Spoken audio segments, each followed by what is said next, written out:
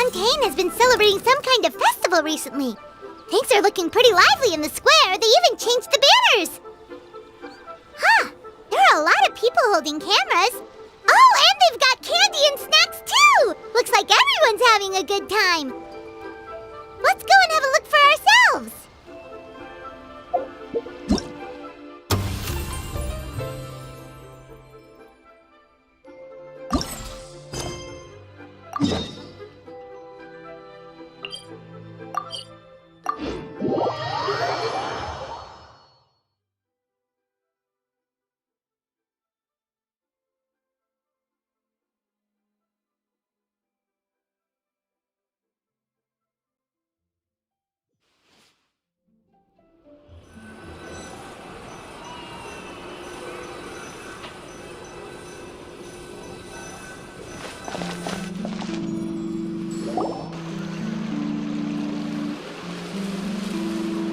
Seriously? But, Mr. Morris, I don't understand, sir. How can you only be telling me this now? I'm afraid that there's nothing really I can do. I'm really facing a crisis. My hands are tied. But what about my film? Well, I'm afraid you'll have to come up with something on your own. Take it from me. Sometimes you just have to let things go. Same goes for this film festival.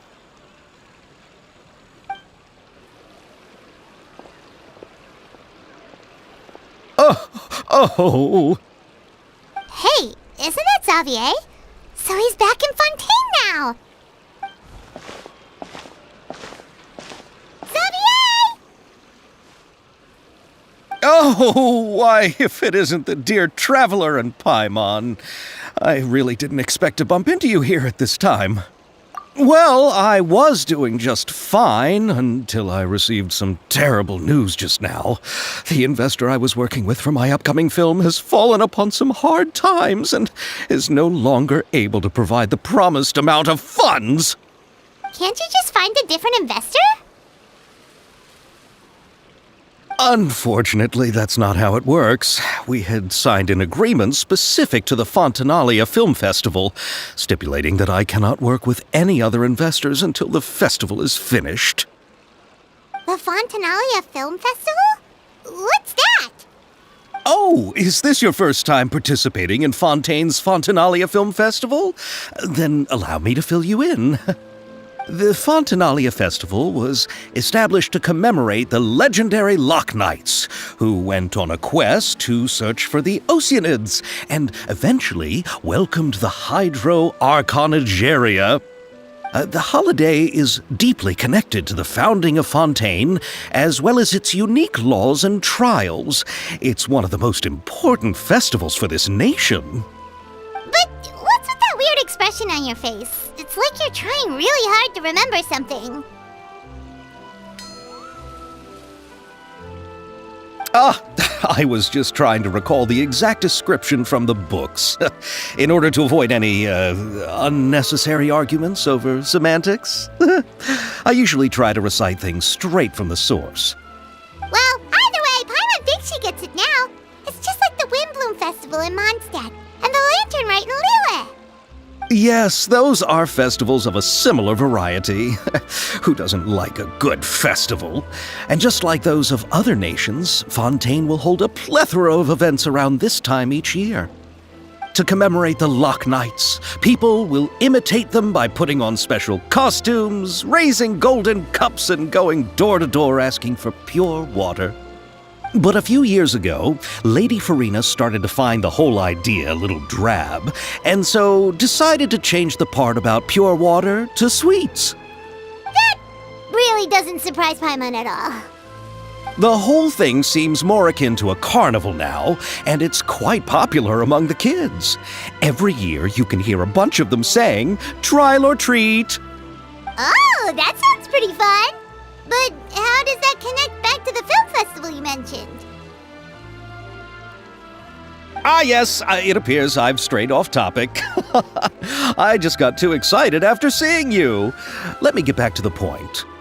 The Fontanalia Film Festival is an event proposed by the Fontaine Film Association this year. Now that film technology has matured as a medium, it's the perfect time to introduce more people to the art form. During this time, people may submit films to be evaluated, and the entry with the highest score will be given the Farina Award by the association. The what award? The Farina Award! You know, after the Hydro Archon. They coined it while Lady Farina was still in power, but even though things have changed, no one has made any motion to update the name. Perhaps everyone still thinks of it as a pretty appropriate name. Even though she isn't the Hydro Archon any longer, Lady Farina is still Fontaine's superstar.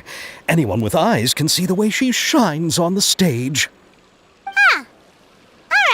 Guess the name does work pretty well when you put it that way. Oh, but who would have guessed there'd be an issue with the funding? How will I ever explain this to Miss Chiori? Not to say all the other actors who traveled all the way here from Inazuma. Chiori? Sounds familiar. Where have we heard that name before? Yes, that's her. I asked her to oversee the event's art direction, including the design of the actors' costumes and appearances. Oh, Paimon remembers now! Navia said that her clothes were designed by Chiori, and Kirara's outfit too! How to describe her? Well, she tends to be pretty direct and can be very forceful when it comes to dealing with people. The fashion world in Fontaine has dubbed her the Thundering Seamstress. Her remarkable designs have led many Fontanians to become very interested in Inazuma. Anyway, Chiori is acquainted with all the actors I've invited from Inazuma. Without her help, I don't think I would have been able to get such an international cast for the film. She really is a kind soul. Who are the actors from Inazuma? Do we know them? Why don't the two of you accompany me to the Aquabus station to welcome them? Judging from the time, the Aquabus should be arriving shortly. Chiori will be waiting to meet me there as well.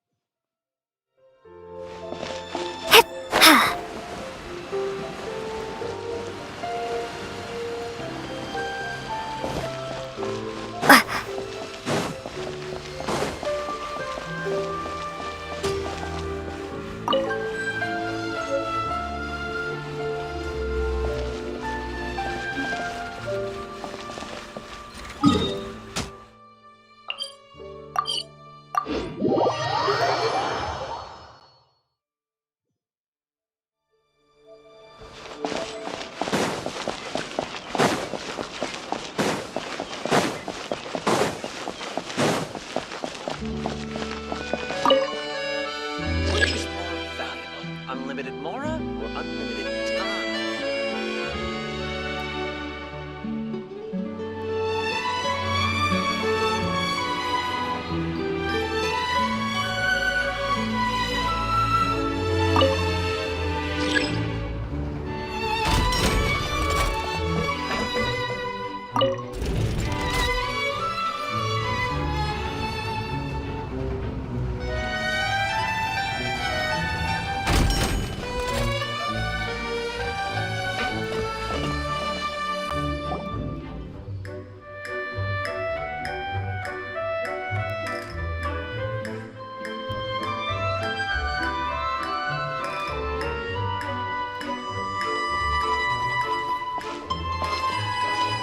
Miss Chiori? Your talk with the investor sure went fast. The Aquabus hasn't even arrived yet. Oh? And who are they? Allow me to introduce you. This is the Traveler and Paimon. Pleased to meet you. Likewise! We've heard the owner of Chioriya Boutique is a skilled seamstress, so it's a real pleasure to finally meet you in person. Why, thank you. I strove to create an outfit that matched her high social station as the demoiselle. So tell me, what happened? I can tell the conversation didn't go quite as expected. Well, it's like this.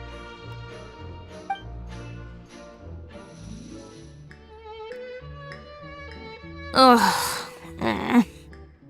I know, Chiori, you don't have to say it. You did remind me that this investor was a little bit sketchy. Yes, there's no doubt about that. But how could I pass it up? He offered me twice as much as the others. And therein lies the problem. Yes, but just put yourself in my shoes. After obtaining such an excellent script, it's only natural that I would want to make the most of the film. The budgets that the others had proposed were nowhere near enough. It's difficult to find someone willing to front such a large amount of mora, so... Don't be sad, Xavier. We might be able to help scrounge up some more together for you. Oh, thank you, Paimon. That means a lot to me. But the cost of the film is staggering. I'm afraid that any mora we can scrounge together in a short amount of time won't even be able to cover the actors' fees. We need to move on. What's happened has already happened, and there's no changing it. But now's not the time to give up. What? You're saying that you have a plan? No, that's not what I mean. I'm simply saying I wouldn't give up just yet. The actors I recommended aren't just after Mora after all.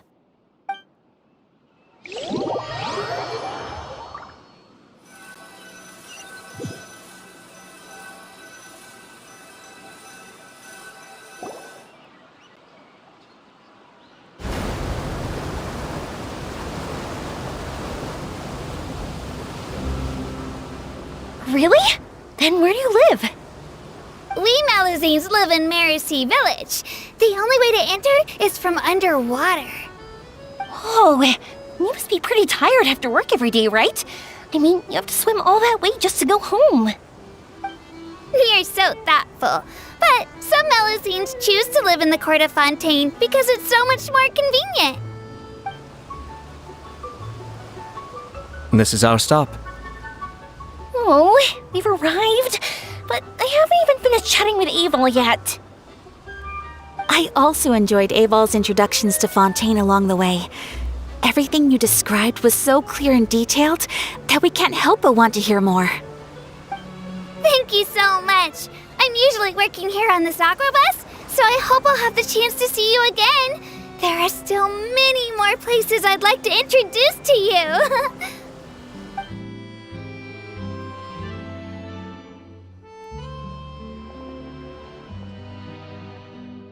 Welcome to the court of Fontaine. Chiori, you sure have changed a lot. This is the first time we've seen you since you left Inazuma. I haven't realized it's been so long. I was in such a rush when I left that I didn't even get to say goodbye. Thank you for extending the invitation, Mr. Xavier. I'm looking forward to a fruitful trip here in Fontaine. It's an honor to have the head of the Kamisato clan visit us. So they're who you meant when you said you had actors coming from Inazuma? Oh? It's the Traveler and Paimon. Wow, what a coincidence! Ayaka and I were just talking about you on the way here. Are you also here for the film? We just ran into Xavier earlier and came over with him. But I'm not an actress. Sir Kamisato and Lady Ayaka are the real actors here. I'm just tagging along with Ayaka to have a good time together. About that, I mean, how was I supposed to contact you when I was making preparations for the film? I figured you were probably busy, and I didn't want to disturb you. So I could only keep you in the back of my mind while I sought other actors to play the lead roles in the film. I had been thinking about a surprise reunion with you during our trip here, but you still managed to surprise me first. Oh, so you all know each other already! My, what a coincidence! What are the chances everyone could be brought together here like this? Why don't we go to Hotel de Boer and catch up over a meal? I've already made a reservation. Huh? Did you reserve 2 spots for us too? Yes, of course, of course. I'll be sure to tell the boss to serve a few more delicious dishes just to make sure there'll be enough food. Very well. Then please, kindly lead the way, Mr. Xavier.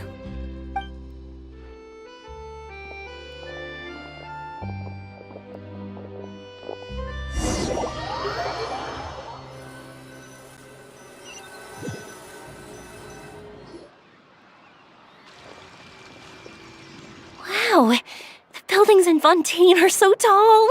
Just look at how big they are. And there's the fountain that Aval mentioned earlier. It really is a magnificent sight. And look at that huge spinning sphere. Where does it get its power? Wait a sec! Could it be one of those clockwork mecha we've heard so much about?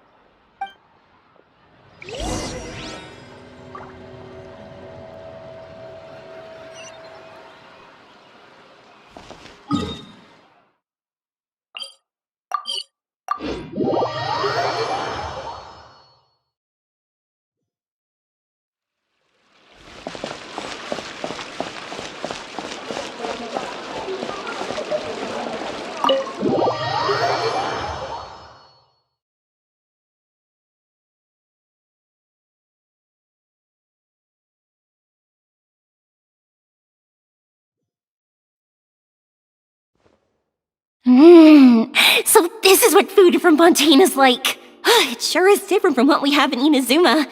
How should I describe it? It seems like you have to go through a lot more steps to make them. And the flavor has many layers too. Yes. When I first went to Inazuma, I actually thought the food there tasted a little too bland. It took some time for me to get used to it. Let's get back to the purpose of this trip for a moment, shall we? How have preparations for the film been coming along, Mr. Xavier? Well, I've already assembled most of the film crew. A lighting specialist, a prop manager, and a costume designer. I've also bought the copyrights from the novel's author. Oh, it's called The Two Musketeers, right? I read the script you sent me on the way here. The story is pretty good. Originally, I was planning to start filming as soon as Sir Kamisato and Lady Ayaka arrived in Fontaine, but I'm afraid I've run into a bit of a problem. Oh? What is it? It has to do with the film's investor, Mr. Morris. He suddenly informed me this morning that he's encountered some financial trouble and will be unable to release to me the amount of funding agreed upon. It's said that Fontaine's legal system is well developed. If he has violated the contract, then can't you simply take him to court over the matter? Well, I'm still more concerned about filming. Even if I were to take him to court, I'm afraid it would take months before the case could even be heard. Then, is there a way we could raise funds ourselves to solve the problem? I've considered that option too, but unfortunately, it's difficult to gather such a large amount of mora on such short notice. Besides, we have to consider the film festival's submission deadline. Mr. Xavier, if Ayaka and I were willing to perform for free, would that resolve the problem you are currently facing? What? No, out of the question. To have you come all this way just to act for free? Oh, no, that won't do. There's no need to worry, Mr. Xavier. My brother and I had actually intended to work for free after receiving your invitation. Inazuma has only recently reopened its borders, and needs to strengthen its relations and cultural ties with other nations. We didn't have many collaboration projects with Fontaine in the past, so we hoped this trip would serve as a good start for the future. Indeed. You could say that's the real reason why the Yashiro Commission agreed to come to Fontaine. I understand, but having you two act for free just doesn't seem right. Not at all. While we're officially here to conduct a cultural survey of sorts, we must express our sincerity if we want to establish formal cultural ties with your nation. This film will serve as proof of friendly cooperation and cultural exchange between Inazuma and Fontaine. It's my hope that the film can be finished and released as smoothly as possible. If you still don't feel comfortable with this arrangement, I would also be more than happy to be introduced to some other renowned individuals in Fontaine's literary and artistic circles. All right. I'll do as you say. Thank you so much. I'll make sure to cobble together enough mora now, even if it means selling my house, my camera, and every single family heirloom. Come on now, no need to go that far. I'll also help you out as a brand sponsor. Me too! Even though I didn't bring much more to spend on this trip, it's still better than nothing. You are too kind, all of you. I really don't know how to... Ew. Alright, enough about that. Now that we have Xavier's savings, my support, and 2 leads who are willing to act for free, I think we will be able to make this happen. So, instead of Mora, you'll help with filming and production. Oh, but how can we help with that? We don't know much about making a film. Alright, pull yourself together, Xavier. Tell us if there are still any open positions left among the crew. All right. Let me think.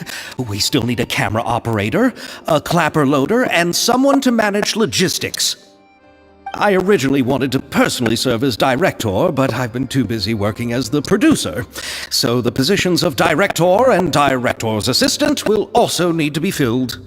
Paimon knows what the director and the logistics support person do, but what's a clapper loader? The clapper loader is responsible for using the clapper board to record and organize the information of each shot when the camera operator begins shooting. The work requires both patience and careful attention to detail. A clapper board? Oh, you mean the thing they hold that goes clap whenever they start filming? Yes, that's right. Are you interested in that job? For sure! Paimon's always wanted to try that. Alright, then you'll be our clapper loader. I can find someone from the store to help with logistics. What do you think, Xavier? Now, fine by me. As for our camera operator, I was thinking of letting the Traveler take the role. Oh, she's great when it comes to using a camera. Paimon can't even count how many things we've taken photos of during our journey. Yes, that's also what I was thinking. I noticed the Traveler had an eye for photography and composition when we worked together previously. I'm sure that's due to the traveler's journey across Devat and all the places they've seen. After so many adventures, using a camera must be second nature by now. What do you say, Traveler? Are you interested in the job? Thank you. It really means a lot to me. Come on, friend. Let me give you a big warm hug. So all that's left for us to find is a director and an assistant. Oh, me! I want to be the director's assistant.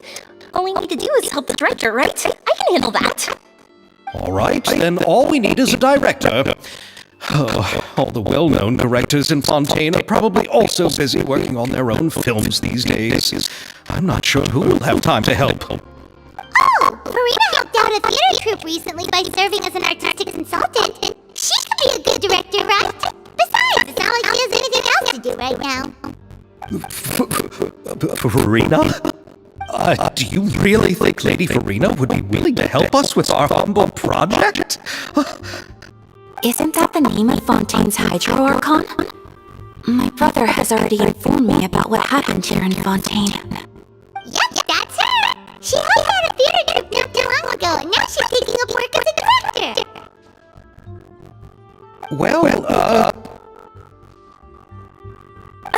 I saw that musical.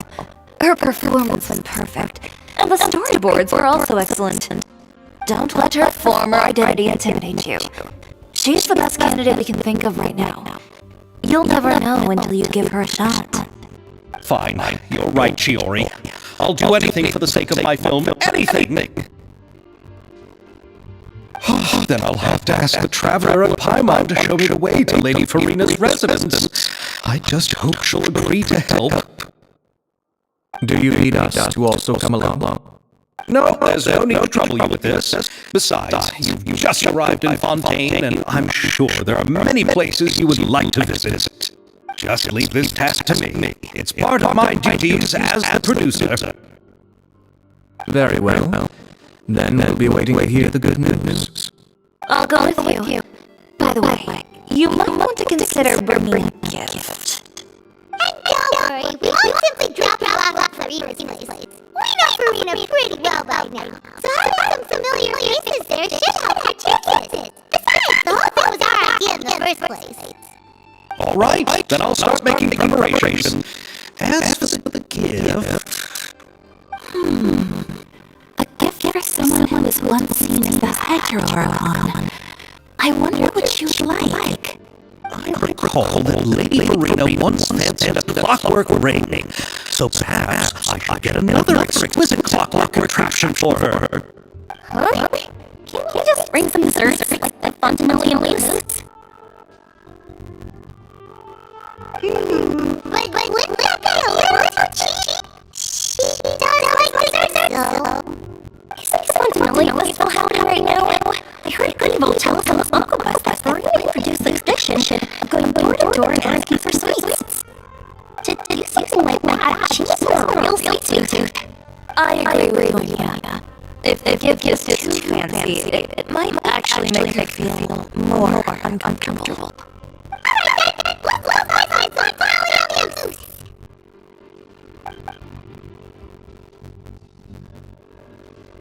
But will that really be enough? We'll be asking her to do a lot of work, you know. You're right. We need to further sweeten the deal. Huh? You want something even sweeter than Fontanalia mousse? Yes, we'll make a gift that's sweeter than any dessert in the world.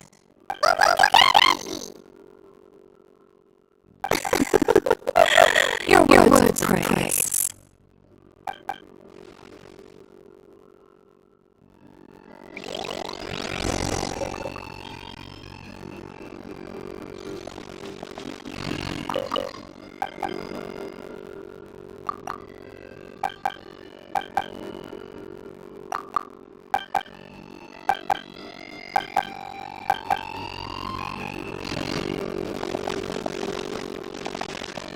You go ahead. No need to worry about us.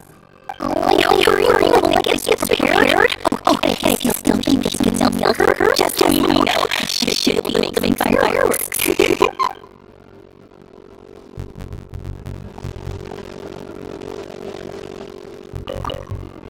Looking forward to the good news.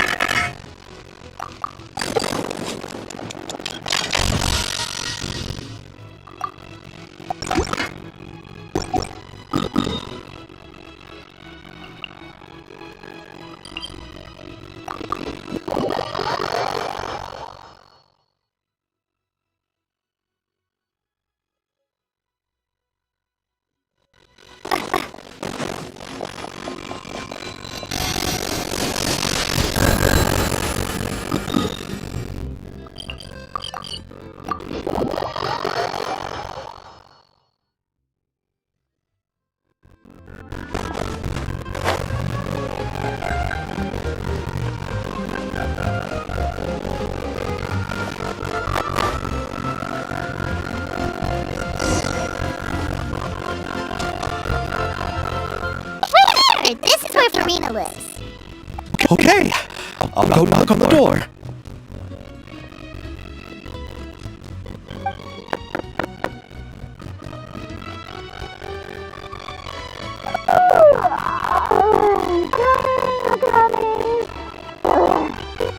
Who's knocking before afternoon tea?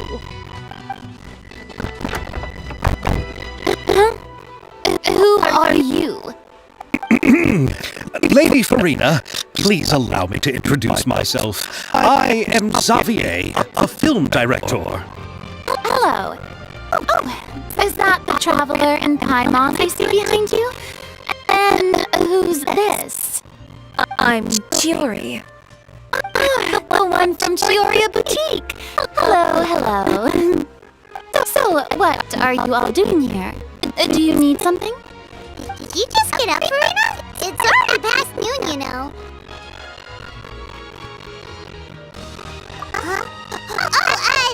Paimon means the weather is so nice in the afternoon and the sun is so warm. Just like how you make us feel. Sleeping in late is a really smart idea. No. I was just up late last night reading some novels. What does sleeping in have to do with the weather? This is a small gift we've prepared for you, Lady Farina. We hope you like it. No need to be so formal. I'm just a regular person like everyone else now. Is this Fontanalia mousse? It's one of my favorites. That's great! So, actually, there's something we need your help with. Given your renowned passion and understanding of drama, I would like to ask that you serve as the director of our film crew. Oh, but didn't you just say that you're a director? Yes, but for this particular project, I'm mainly working as a producer. Besides, I'm sure that your understanding of the performing arts far surpasses my own, Lady Farina. Are the Traveler and Paimon also part of the film crew? Yep, we sure are. Paimon's the clapper loader and she's the camera operator. Camera operator? That can be a pretty technical job, and it directly affects the final quality of the film. Are you really up to it? No, I'm not questioning your abilities. It's just that I've never really seen you use a camera before. Maybe you can come up with a test for the Traveler and see for yourself. If she can satisfy you with her camera skills, then you'd have nothing to worry about and can join the team. What do you say? You sure are getting better at rolling with the situation, Paimon. Oh, I do wish to see how skilled the Traveler really is with a camera. Alright, how about this? We'll work with what we have. I'll give you some scenarios and see if your work is up to my standards. Very good. It's essential for the camera operator to understand the director's vision. I'll make my decision after seeing your work. Are you ready? I have high standards, you know. Okay, grab the camera and I'll give you a scenario.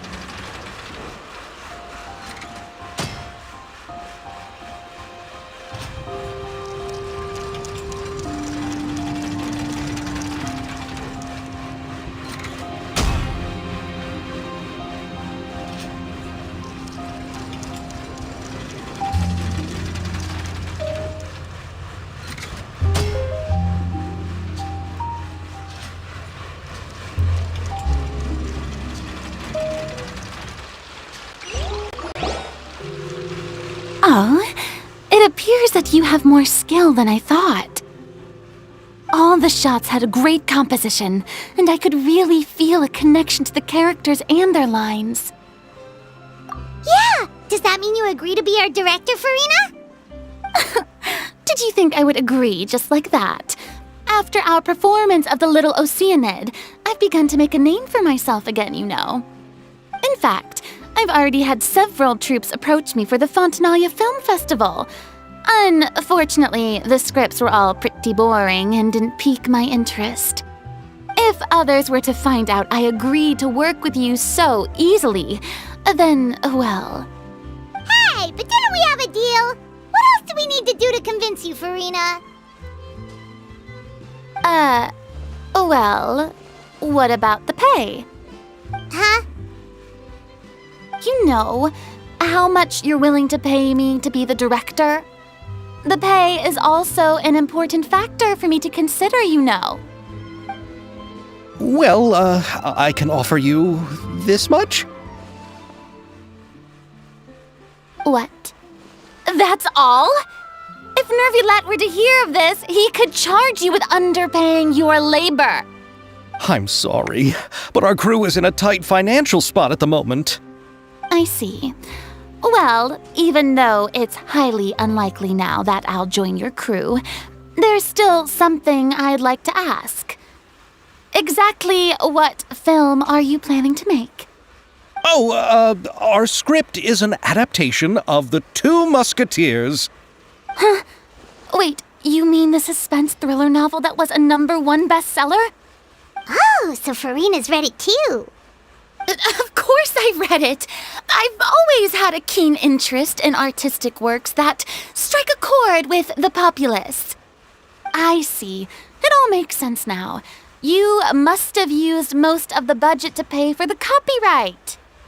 Not really. The novel's author transferred the copyright to me practically for free once he heard that I wanted to make a film adaptation of the story. The lack of budget is due to another issue.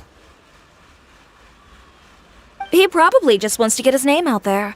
So, Mora isn't the most important thing to him right now. It reminds me of a delivery courier who wears one of my designs while traveling all across Teyvat. I didn't charge her much for the outfit either.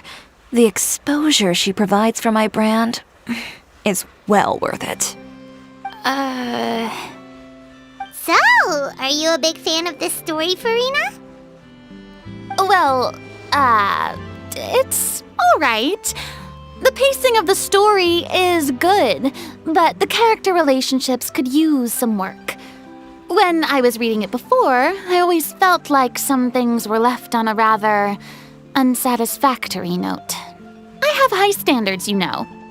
Ahem, Mr. Xavier, if, hypothetically speaking, I agree to be the director, how much freedom would I have in terms of script revisions and creative interpretation? As much freedom as you would need. I wouldn't dare doubt the tastes of Fontaine's greatest star. Good. Then I'm free to alter the script as I see fit? Absolutely, no problem.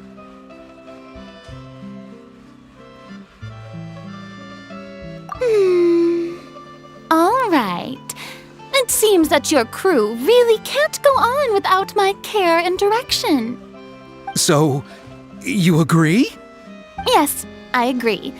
Although the pay is well below what someone of my caliber deserves, a great script calls for a great director. I mustn't let a perfectly good story be ruined due to lack of funds.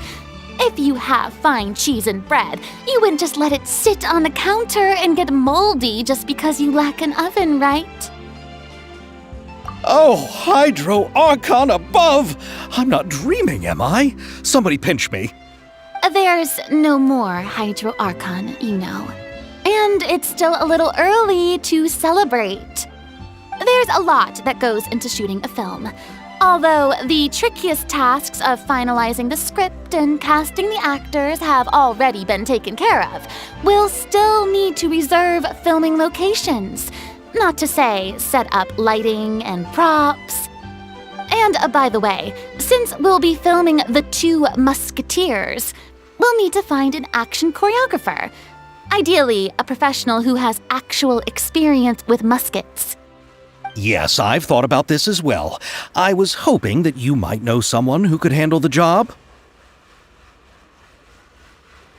Me? If this was before, I could have simply asked Glorand. But it's already been some time since I last talked to her. Navia can also use firearms, but unfortunately, her style is quite different from that of the characters in the story. Could we ask the Special Security and Surveillance Patrol? Oh, you mean the Special Patrol's Musketeers? Yes, that's right. They work with muskets every day. I can't think of anyone more qualified than them. They would be under Nervilette's jurisdiction. Unfortunately, I don't have any connection with them at all. So, in the end, we still have to start by talking to Nervilette. No need to go to all that trouble. I know their Captain Chevreuse. Oh, you do? Wait, Chiori, how do you know the captain of the Special Patrol's Musketeers? No particular reason. Running a business means dealing with some trouble from time to time, and she's helped me out on a few occasions. In return, I've helped her handle a few situations in which the Special Patrol couldn't get involved directly. So, we've gotten to know each other over time. So you're saying there's been times when the Special Patrol needed a fashion designer to handle a situation? Your work is becoming more and more mysterious. It'd be best to keep it that way. Anyway, enough about that. What do you all think about asking the captain to be our musket action choreographer? She sounds professional enough. She is a captain after all. I have no objections. But I imagine the Special Security and Surveillance Patrol must be busy with their duties. Do you think she'd really have time to help with shooting a film? And then there's the issue of pay. Well, it just so happens that she's also not the kind of person that's just after Mora. As for whether she has time, I'll have to go and ask her first. Then I'll leave that to you. Macaroni's on sale today, so I've got to go. You can just tell me how things went when we discuss tomorrow's plan later. No problem. Having Farina join feels like a big boost to our team. Of course. Just wait until the day of our premiere. You'll witness the true power of my name in these lands. You'll be so glad I agreed to help. I can guarantee that even the standing tickets will be sold out. I'll be sure to ask some people I know to see if they'd be willing to act as extras. Seems like you're finally getting more comfortable with your own reputation now. I didn't ask for the Clapper Loader's commentary, Paimon. Then let's get going. I happen to know where Chevreuse is today. By the way, I'm curious. If my pay is so low, then what about our two lead actors? Didn't they travel here all the way from Inazuma? Actually, they told us that they see the trip as part of a cultural exchange, so they didn't ask for any pay. What? So is every person in Tevat who doesn't want money gathered here to shoot this film?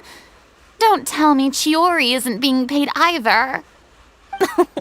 I already knew Xavier from before, and he's also agreed to give my brand some good exposure. It seems the gods have really smiled upon you, Xavier. And that certainly doesn't include me, mind you.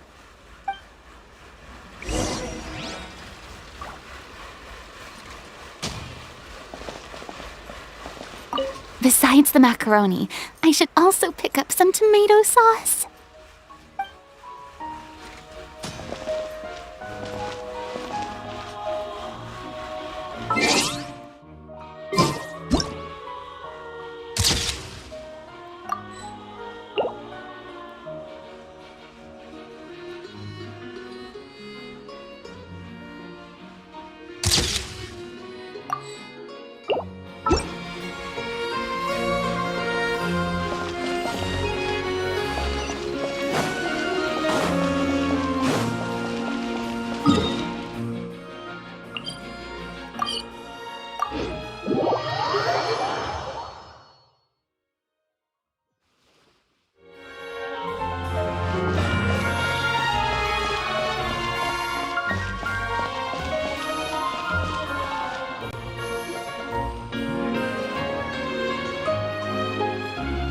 All right, this is the place.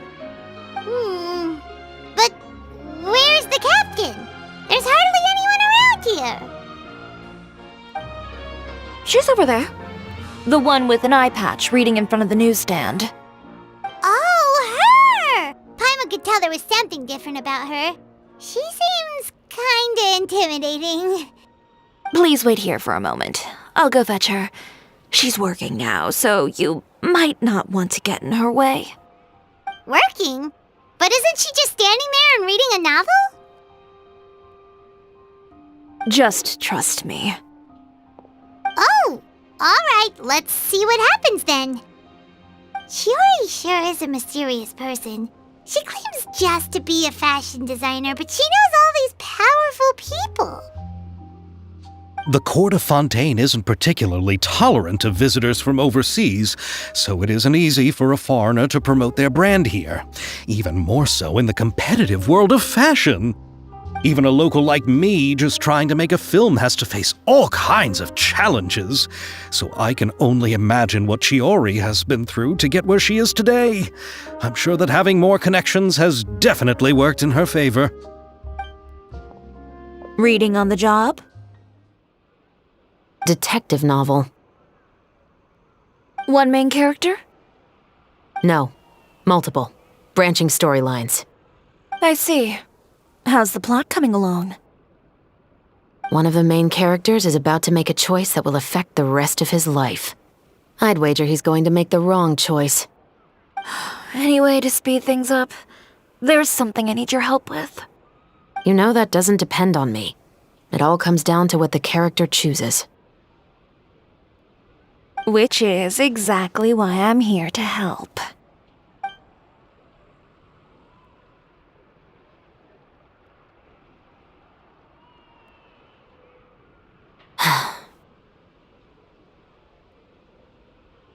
All right. It appears he made the wrong choice in the end. Halt! Huh? What's going on? Hand over whatever you're holding. Oh, it's just a book. I didn't buy anything else. Then I'm sure you wouldn't mind letting me have a look. Excuse me, officer. I don't mind you standing around here, not purchasing anything, but I'd prefer if you didn't disturb my customers. It's bad for business, you know. Don't give me that act. You won't be able to get off so easily either. I am Chevreuse, captain of Fontaine's Special Security and Surveillance Patrol. I will say this one last time. Hand over whatever you're holding at once. And before you do anything unwise, let me remind you that I'll have you on the ground before you can even think about making a run for it. All right. I'll give it to you. But please let me say something first. If there's any contraband in that book, then the shopkeeper here is the one who slipped it in. I don't have anything to do with this. Why, you trying to leave me on the hook, huh? You were the one who said you wanted it. Save it for the interrogation room. Take them away, Letelier.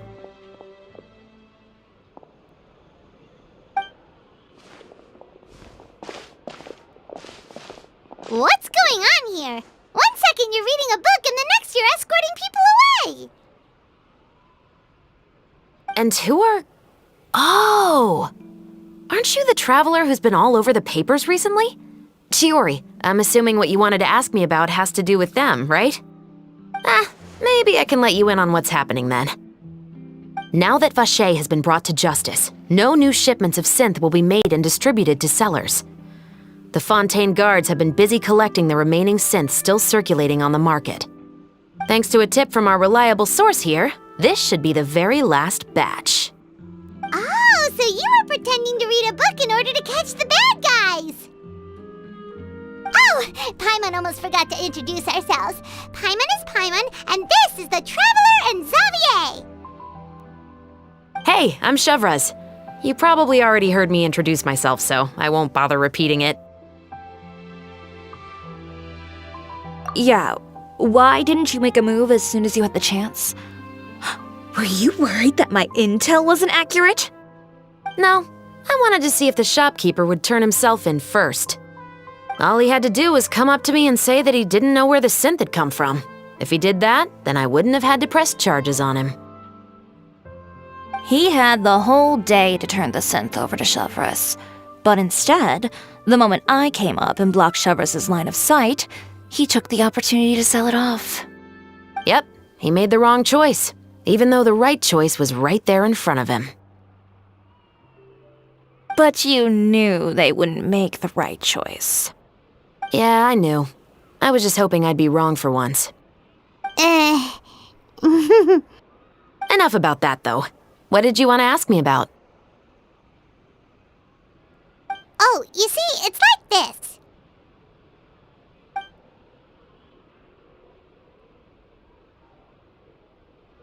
The Two Musketeers. You certainly have a good eye for a story. So what do you need me to do? Just be the action choreographer for the actors? Yes, that's right.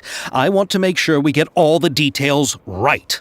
I want the actor's posture and understanding of firearms to be as realistic as possible. However, I'm afraid this work will require a bit of your time, since you'll have to be present whenever we're filming. Also, as for the pay... No need to say any more. I'll join. Huh? Just like that. Really? You're willing to help us with our humble film project? Sure, it's no big deal. As I said, we've wrapped up our investigation here, so I don't have any other tasks on my plate for the moment. Besides, I personally really like this novel. I even have the collector's edition at home. Stories where justice prevails over evil never get old for me. Then we've got a deal? Yes, I'll see you on set tomorrow. Oh my! I can hardly believe it! I should tell Lady Farina immediately. Oh, and I must tell the prop manager and lighting technician to get everything ready. We start filming tomorrow! Calm down, Xavier. The film is going to take more than just a day to finish. Still, I should also head back now and start preparing the actors' costumes and makeup. Alright, guess that's it for today then. Traveler, Paimon, please stay for a moment. I have something to tell you. Then I'll take Xavier back. Poor thing. He's so excited that he can't even walk straight anymore. I don't want to spend our first day fishing our producer out of the fountain. He'd better.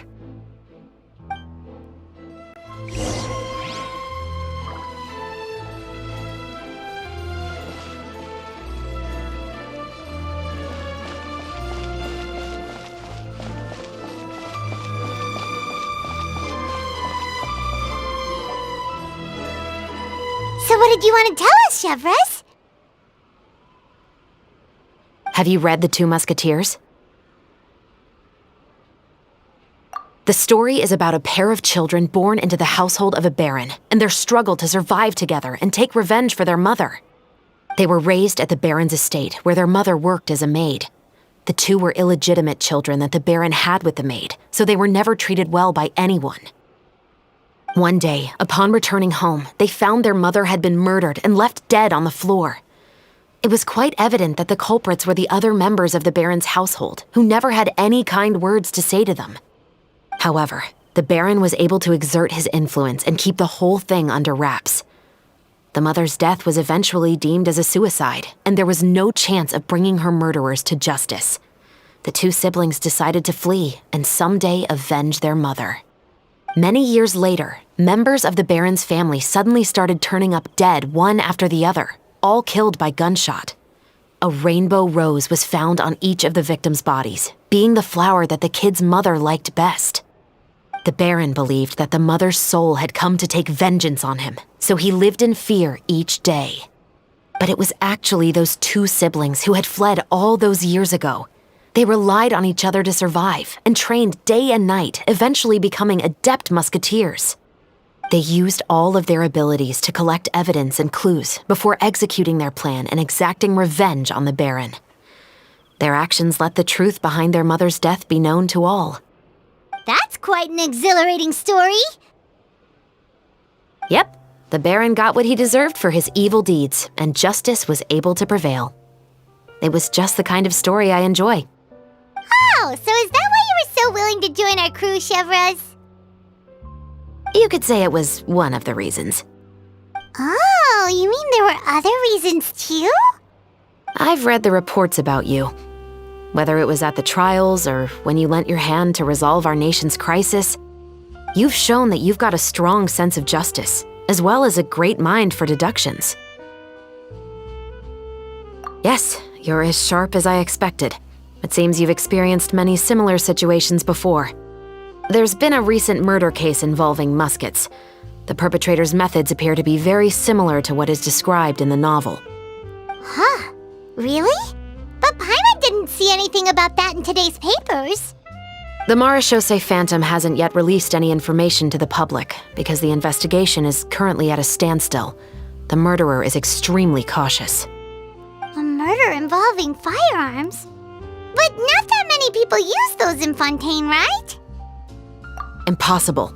We perform a routine inspection of our firearms and ammo reserves every day. If one of the weapons had been fired, it would stick out like a sore thumb. Besides, I trust the members of my platoon. However...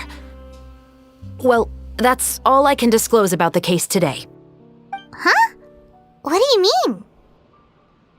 I hope you all can go back and get some shut-eye. You can decide tomorrow whether or not you'd like to join the investigation with me. I'm aware this might not be the ideal time to add more to your plate, but the more capable people we have, the better the chances that justice will prevail. Carrying out investigations isn't actually supposed to be our responsibility. Our job is to apprehend the perpetrators. Finding them is really up to the Marechaussee Phantom. You could say I'm taking part in the investigation out of personal interest. I don't want people to see Muskets in a negative way, and also, I'm concerned about the similarity between the crimes and the story. You mean they might be connected somehow? I suspect so. Just to make myself clear, this is not an order, nor is it a deal of any kind. It's a request, nothing more. If you two have any interest in the case after we finish filming tomorrow and are willing to assist me, then I would be most grateful. What do you think, Traveler? Yeah, you're right. Paimon's getting a little tired too. We've really been hustling all day. You'd better head back and get some rest. It's good to keep a calm mind, especially when you're about to make an important decision. Otherwise, when the moment comes, you might end up like that shopkeeper and not even realize that the right choice is right there in front of you.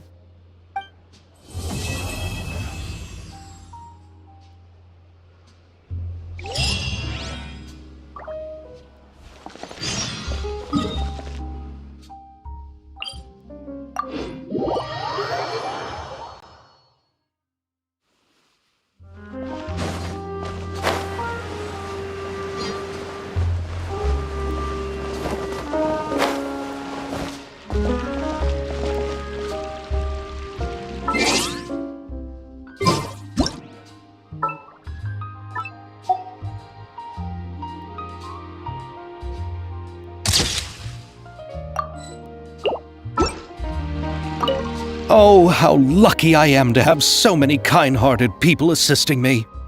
Yeah, just watch your step now. Everything I've been through is starting to pay off now.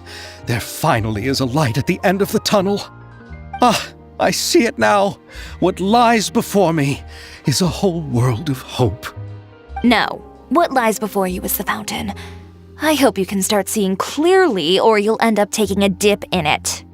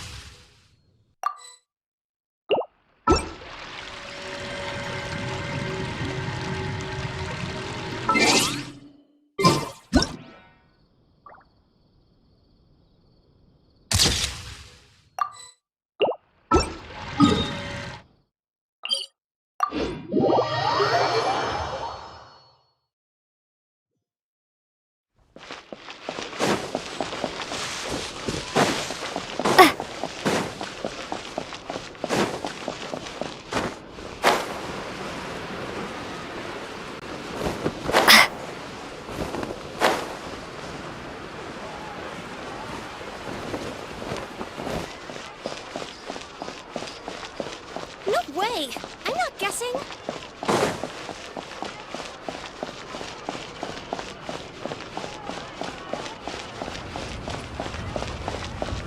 Coffee is life.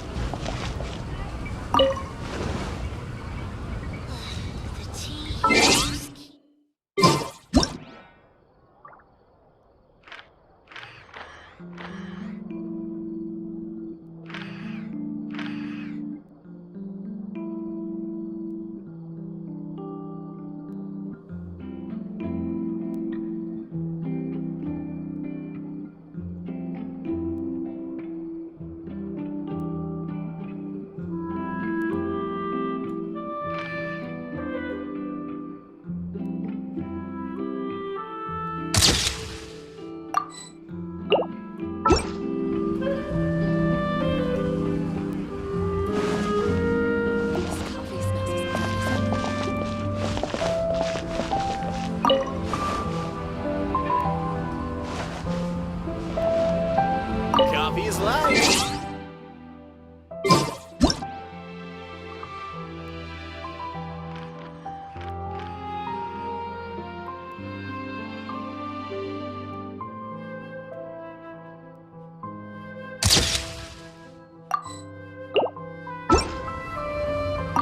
Here, Yoimiya.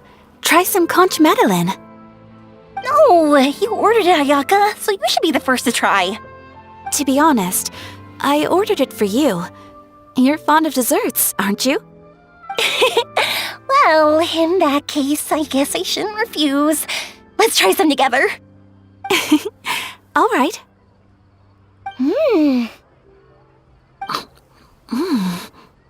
This is amazing! Oh, the texture is so soft. You can feel the super rich aroma of butter as soon as you take a bite. And the aftertaste is pure bliss. Great. I'm glad you like it. I enjoyed it too. And I really like the swirly design. I've heard that it's supposed to look like a barrel conch. I've never actually seen one myself, but now I'm really curious about what it looks like. Hey, Ayaka, when you can find the time, would you like to go search for one underwater with me? All right. Why don't we go right after this? Great! Then that's a plan. There are so many places I'd like to visit with you.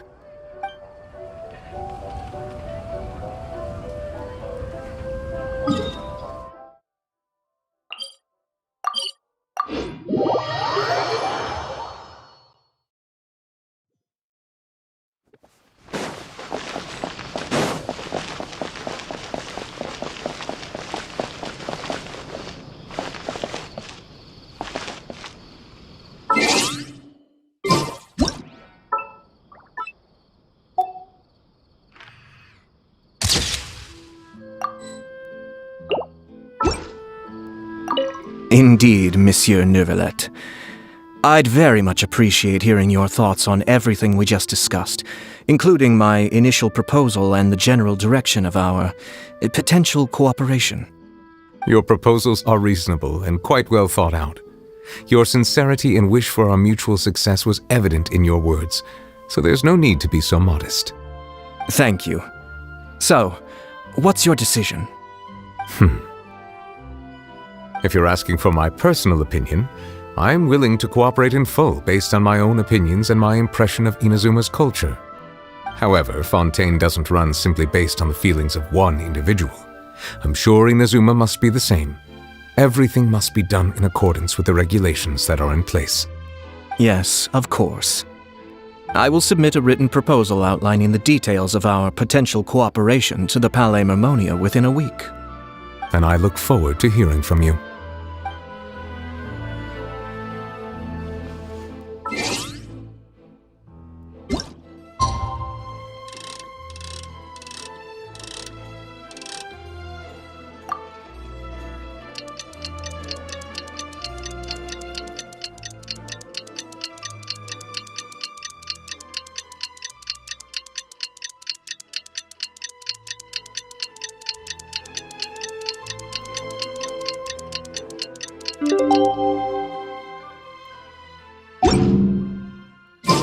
It's finally time to meet up with everyone! Paimon even dreamt of making the film last night. If Paimon remember's right, we're meeting at Hotel de Boer. Let's get going!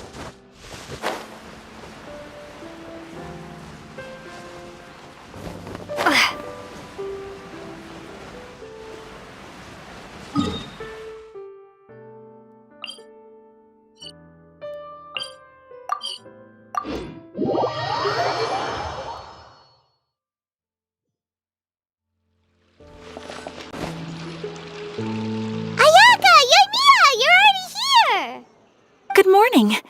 Xavier said yesterday afternoon went well.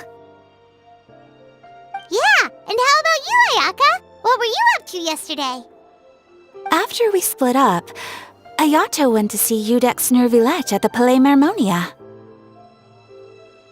I was originally thinking of going with him, but he said he could manage it himself. He told me to go see the sights around Fontaine and to enjoy the local culture. So I rode the aquabus with Yoimiya and visited the opera house on Aranias Island. Yeah, you wouldn't believe what we saw there! 2 mechanical puppets that were dancing together! You've already seen them, right? Yeah, those two! Amazing, aren't they? We sat and watched for quite a while. It was mesmerizing, like we could keep watching them forever. Oh, it was the same for us the first time we saw them, too! Afterwards, we went swimming at the beach! Well, diving, to be exact. It was the first time I ever breathed underwater! I held Ayaka's hand and we counted down together. 3, 2, 1, and then splash! We were beneath the waves.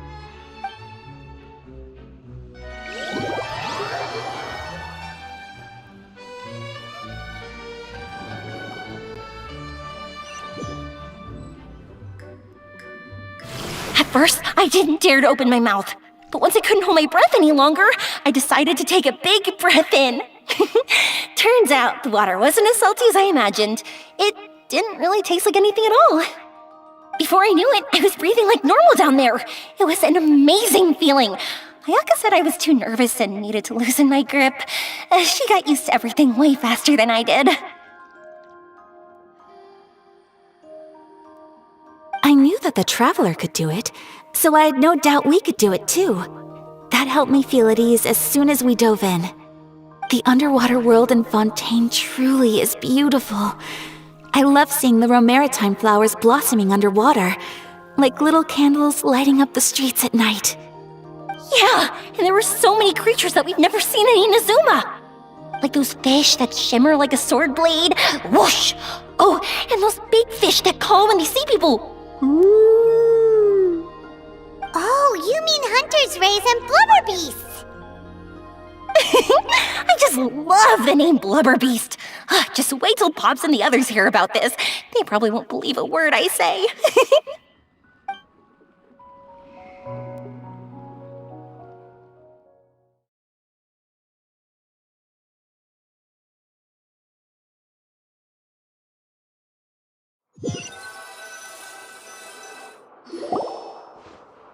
Yoimiya was down there for quite a while. It was dark before we finally rode the aquabus back to the city. I figured she'd want to sleep in today. Yeah, even I was worried that I wouldn't be able to get up. I still felt like I was drifting in the waves when I went to sleep last night.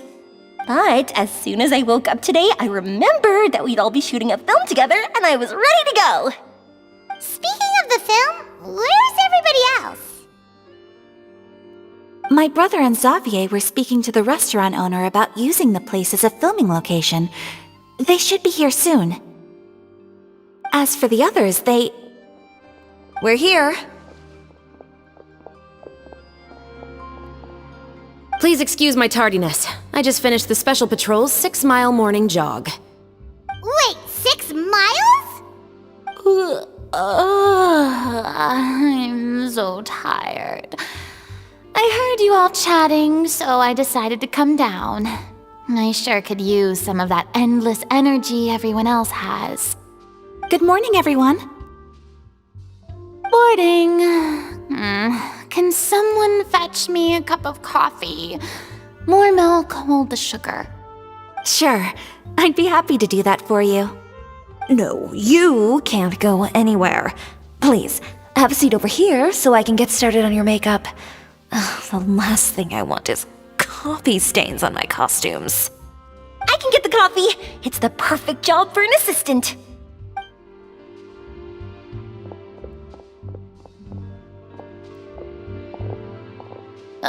So much energy. Seriously, what's her secret? Oh, Yoimiya's always like that. But you sure look exhausted, Farina. It's because you're not used to waking up so early, huh? Of course not.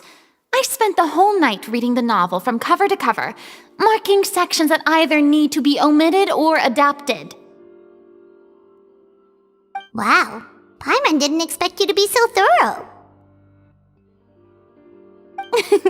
Well, I was the biggest star in all of Fontaine after all. It takes more than just a pretty face to earn a reputation like that. I know how to get serious when the situation calls for it. I went all out when I was acting as an Archon, so why wouldn't I do the same for my own life? Here's your coffee, Director Farina.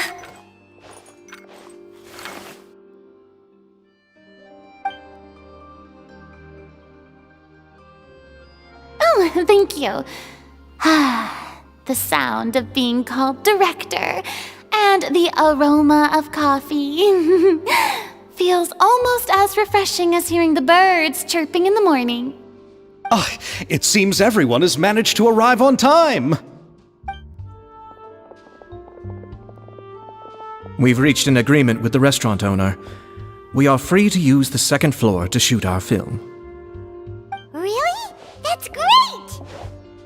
He is really looking forward to our film and hopes that providing his restaurant as a filming location will attract more customers. Well then, Mr. Xavier, I'll leave the rest to you. Okay, thanks. First, I'd like to introduce our new members. This is our prop manager, Veronique. She'll be in charge of all the film's props and items. And this is Bonneau, our lighting technician. He'll be in charge of lighting and illumination to set up each scene's atmosphere. Wow, sure feels like we have some real professionals joining the crew now. First of all, please allow me to first express my sincerest gratitude to everyone in the crew. When my investor informed me yesterday that he wouldn't be able to provide the funds, I really thought that this was the nail in the coffin for this film. I had no idea that I'd find so many people willing to help me on such short notice. Thank you. Thank you all from the bottom of my heart. No need to be so cordial, Mr. Xavier. We're all honored to be a part of this. Your works made a profound impression on me when I saw them back in Inazuma. I am sure that someday, this film will be remembered as a prime example of cultural exchange between Fontaine and Inazuma. Yes, the story is the reason I agreed to join. I can't bear to even imagine what this film would look like without the very best director. Anyway, I would like to make a promise to everyone that as the producer of this film, I'll do whatever I can to ensure that everything goes as smoothly as possible. This is not just my film. It also embodies the thoughts and feelings of every person here, as well as the endless effort we are about to pour into it. So, without further ado, the Two Musketeers will officially begin filming now! You may take it from here, Director Farina. All right, listen up, everyone.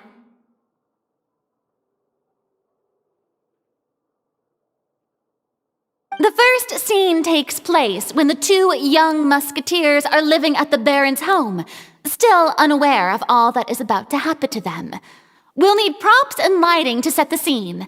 Our lead actors can go get their makeup done, and extras, please take this time to go over your positions. Whoa, seems Farina's really kicking things into gear as the director.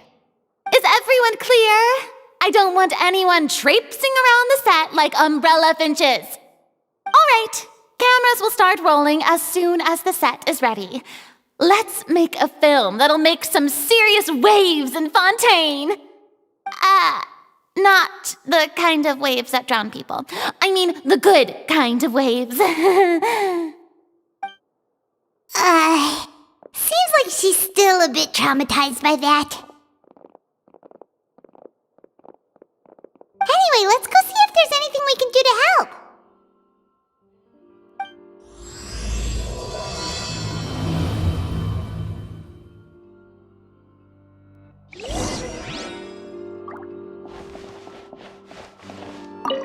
I don't need any help here. Why don't you try asking someone else?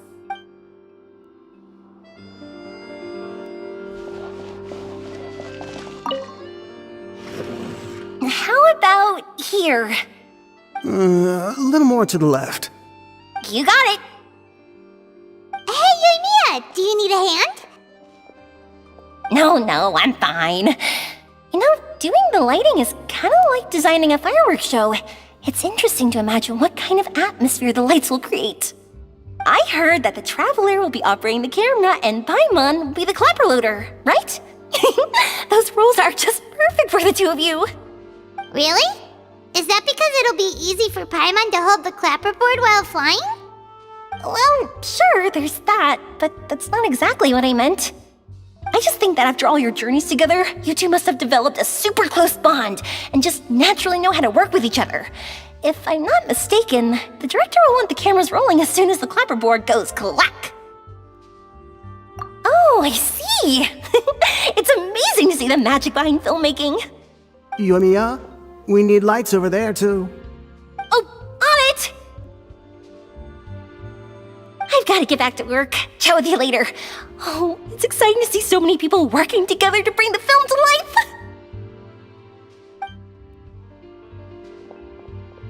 Seems like Yoimiya's really getting into it. But she was right.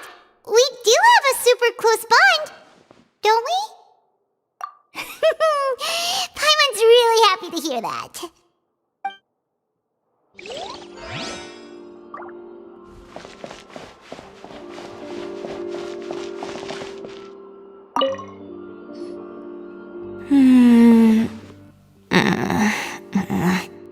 Ayaka has mentioned you to me before. She said that you two were great friends when you were kids. No talking. I'm thinking about how to do your eyeshadow. Ah, yes. To help me really look the part. To achieve a more young and naive look for this scene. Are you saying the wrinkles around my eyes are too deep? You just have too much of a calculating look in your eyes. You sure don't mince your words. It seems you really haven't changed much. Quiet.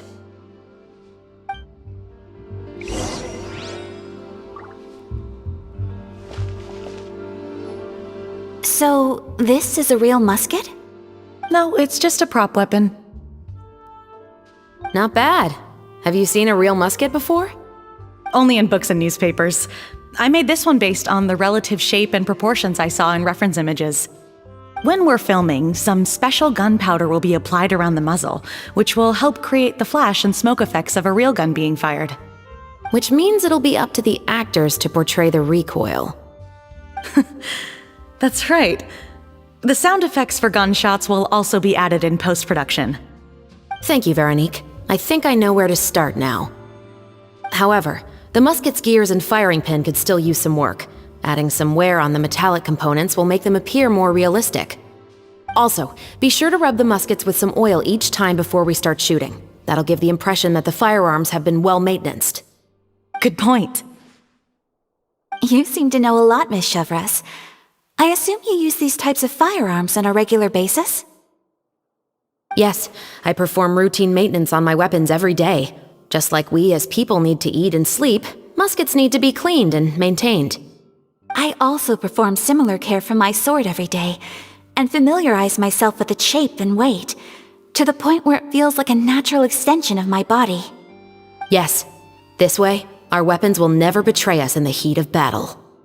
Yes, well said. It seems we have the same philosophy on this topic. Oh, sounds like they found a common interest to talk about. Though these props differ from the muskets I use, I can still give you some pointers. Good. I look forward to your instruction. First and foremost, never point the weapon at anyone, regardless of whether it's a real or prop weapon or whether you're holding it or it's on the table. This holds for any time when you're not actively engaging an enemy. Okay, understood. When aiming the musket, extend your arm so that it's level with your shoulder and use your eye to look down the weapon's sights. Like this? Not bad. Now, try saying your lines. This is the end of the road for you. Good. Now turn your body a little. That way, you'll give your enemy less of a target to work with. And relax your shoulders. Here, allow me to demonstrate. This is the end of the road for you. Huh. Excuse me, Miss Chiori. Director Farina, there's something I wish to discuss with you. Oh? What is it? Like this? Yes, much better. What do you think? I do see your point. But are you sure you wish to do this? I believe it would be most fitting. Well, if you insist. All right, I understand. Miss Ayaka, Miss Chevreuse, could the two of you please come over here? Huh? What's going on? Are we gonna start filming now? Let's go see. What is it? I have a question for you, Miss Chevreuse. Would you be willing to play the role of a musketeer? What? To clarify, I would like to turn over my role to Miss Chevreuse. But brother... Don't worry, Ayaka. I actually view this as a good thing. I was becoming troubled trying to set aside some time to speak to the staff at the Palais Mermonia. I would like to have some conversations about the cultural exchange between our two countries, and I've heard that the bureaucratic process here can get rather complicated. Now, I will be able to focus on my work. Besides, you also know that I'm not really one for public performances. Are you really sure? From a director's point of view, I also felt like the relationship between the two musketeers in the original story could be improved. The older brother in the story plays the lead role with his overbearing character, but this causes his character to overshadow that of his sister, and the theme of the two supporting and relying on each other isn't conveyed very well. But if we were to change the siblings to two sisters of a similar age, then that aspect of the story might come through more clearly. Also, I've seen you instructing Ayaka. That cold and dignified personality is exactly what we need for the older musketeer. Of course, even with all these insights, the decision should still be made by Miss Chevreuse. Chevreuse mentioned that she really likes the story, right? Paimon bets that she'll take the role. All right, I'll take the role. Good. It's decided then. I'll get started on making edits to the script.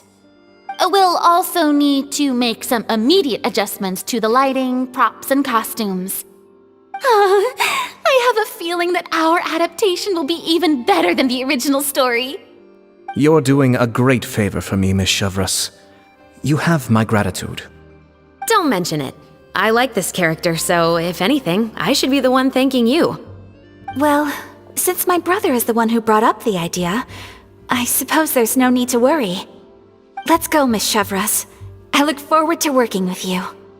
Please, just call me Chevreuse.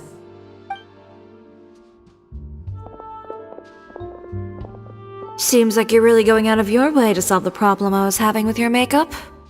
Surely you jest, Chiori. I assure you that I was mostly motivated by a desire to spend more time on formal business. Oh, come on, you really think I'd buy that? According to what I've heard from Ayaka, her brother is someone who can juggle 10 different matters at the same time. I'm sure you have other reasons for backing out. Perhaps. Ayaka always said she wanted to go out and see more of the world, just like the Traveler. But I feel that she needs not only to see other nations, but also to make some different kinds of friends. I think it would be harder for her to make new connections with me constantly by her side. I would like to give her some space. All right, go on. Spoil her some more. Ayato! It's too bad you're stepping down from the role. Paimon really wanted to see you act as a musketeer.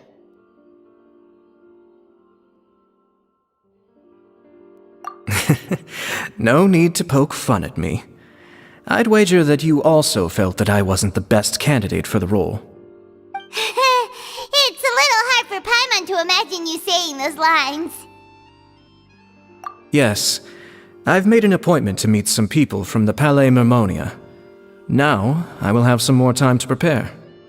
Traveler, get the camera ready. Paimon, get the clapperboard. Actors, to your positions. We're about to start shooting the first scene. Go on now. And please take good care of Ayaka. Yep, don't worry.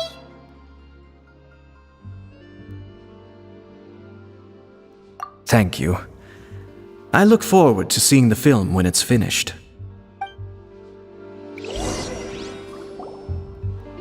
All right, now that we're all here, let me help set the scene for everyone.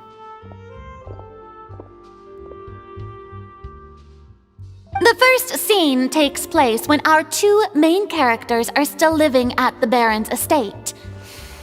They've been ostracized and verbally abused by others in the household, but they still have no idea why. We want to capture how naive and innocent they are despite their pain. Chevreuse will be playing the role of the older sister, Tulip, and Ayaka will be the younger sister, Iris. Be sure to get close-ups of the main characters at the right moment. Silence on the set! Lights, camera, action! Let's go! Tulip, Mother's been out for quite a while now. Perhaps she went to pick some flowers on the way home. You know how she loves flowers. Iris, Tulip, I'm home. Mother! You were out for so long, we were beginning to worry about you. I'm sorry, but I'm back now, safe and sound. Here, I brought your favorite treat, apple turnovers. Mother, what are those bruises on your hand? Huh? What bruises? Oh, I must have bumped into something while I was working yesterday. But I didn't notice them this morning. Then perhaps they're from when I accidentally tripped when I was out just now. By the way, did you have fun playing at home? What's the matter, Iris? Well, we've realized that no one really wants to play with us. They even took Iris's doll and spat at us. And they even called us names. They said we were... Shh! It's all right, don't worry. Girls, listen to me. It doesn't matter what anyone says. Don't listen to them. No one can define you with such words. You both have wonderful lives ahead of you. Just like your names. You will both blossom like beautiful flowers. Maybe your time to blossom hasn't quite come yet, but one day, you two will bloom more beautifully than anything else. Don't let the soil you're in now ruin your future beauty. Understand? My dear daughters. And cut! Not bad. The actors' emotions were all on point. Let's keep that take. Also, if our clapper loader could avoid shouting at the start of the scene next time. Oh, got it. Great. I was a little worried that my nerves would get the better of me. What about you, Chevreuse? I felt fine. The lines weren't too difficult at all. Seems like Farina must have adapted the role nicely. You two were great. I couldn't tell it was your first time acting in a film. You should have more confidence. Thank you for your encouragement. Positions, everyone! We'll move on to the next scene after we try a few more camera angles.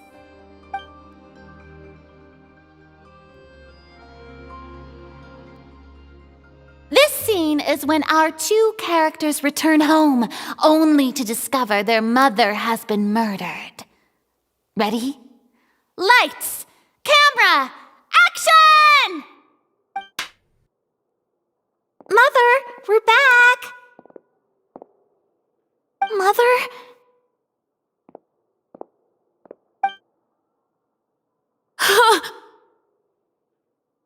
What's wrong, Tulip? Iris, stay away! Huh? Why? What's... Mother! Mother... She's...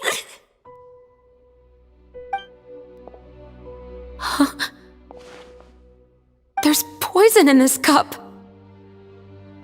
Huh? I could have sworn I've seen this kind of cup before. Those aristocrats. They didn't even try to cover up their actions.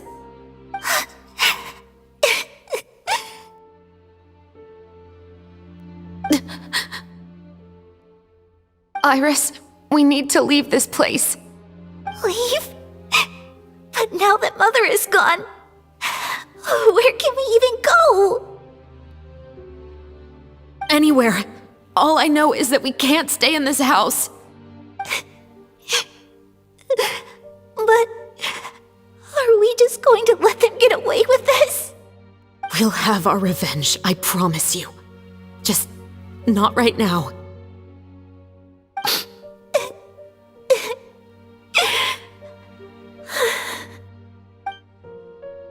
Come on, let's go. No, wait. We can't just leave Mother here like this. At least let me leave this rose with her. That's why we went out in the first place. To buy her this flower. All right. Goodbye, Mother. We'll avenge you. Someday. And cut! Beautiful! Great performance! Oh my, you're so amazing, Ayaka! And were those real tears I saw? How did you do it? I was surprised too. Thank you for the kind compliments. Actually, as soon as Director Farina said action, I told myself not to think about anything. I just felt the weight of the moment and became the character. It's quite similar to practicing the art of the sword. You clear your mind and focus only on what's happening in front of you. Ayaka's performance was amazing. Have I discovered an acting prodigy? Pipe down, everyone! We need to move on to the next scene!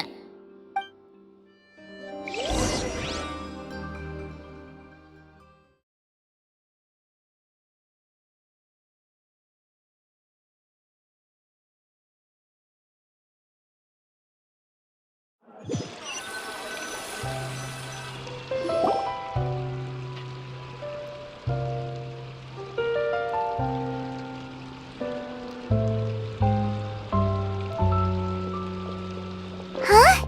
Are we done already? But Paimon wants to keep playing with the clapperboard. How do you feel, Traveler? Is your arm sore from holding the camera all day? Good work, you two. You too, Chevreuse. You were quite the actress today. I've read this novel many times before. I have a good grasp of my character's mindset. Anyway, do you remember my request from yesterday? Oh, right! We were having so much fun that Paimon nearly forgot! You have a case where the murders seem really similar to the cases in the novel, right? So, how are they similar exactly? In the story, the main characters grow up to become 2 musketeers, always using their guns to carry out their revenge.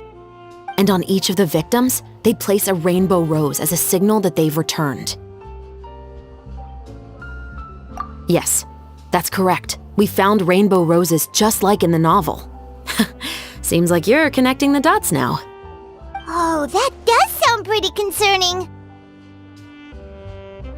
Especially after seeing the script today. Oh, now Paimon can't stop wondering what kind of ulterior motive the murderer might have. What do you think, Traveler? You're smart. Paimon wants to hear your thoughts. Good. On behalf of Fontaine's Special Security and Surveillance Patrol, thank you for your dedication to justice. There's no time to lose. We should start investigating right away. Follow me. Huh? Right now? But we just got done filming all day. Paimon's so tired. The most valuable intel always comes after nightfall. They are like small, remote islands in the middle of the sea. If you don't stay vigilant, you will pass right by them in the fog. That's how one of my favorite books always puts it, at least. So, where are we going right now? Let's start by checking out some workshops that sell mechanical components. If the culprit is making their own weapons, it's very likely that they'll visit those sort of places.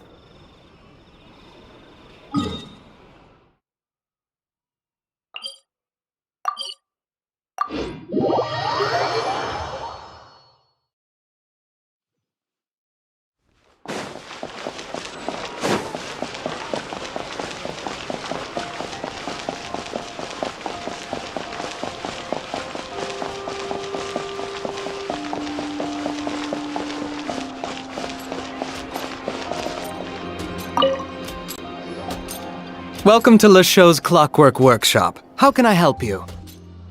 Hello. I'd like to know if anyone has purchased some special components lately. Special components? Sorry, could you be more specific? I mean the kind of components that aren't typically used for clockwork toys, but for firearms. Huh? For firearms? No, we don't sell those sort of things here. Don't misunderstand. I'm not here to cause any trouble. We are merely investigating a case, and we're hoping that you could cooperate. Well, to be completely honest, I'm not even sure what kind of components that would entail. Has anyone ever purchased components here as an individual rather than on behalf of an organization? We have a lot of customers who buy toys, but those who buy components are all regular customers who buy in bulk on behalf of their organization. Is that so? I understand. Thank you for your cooperation. You're welcome. It's the least I can do.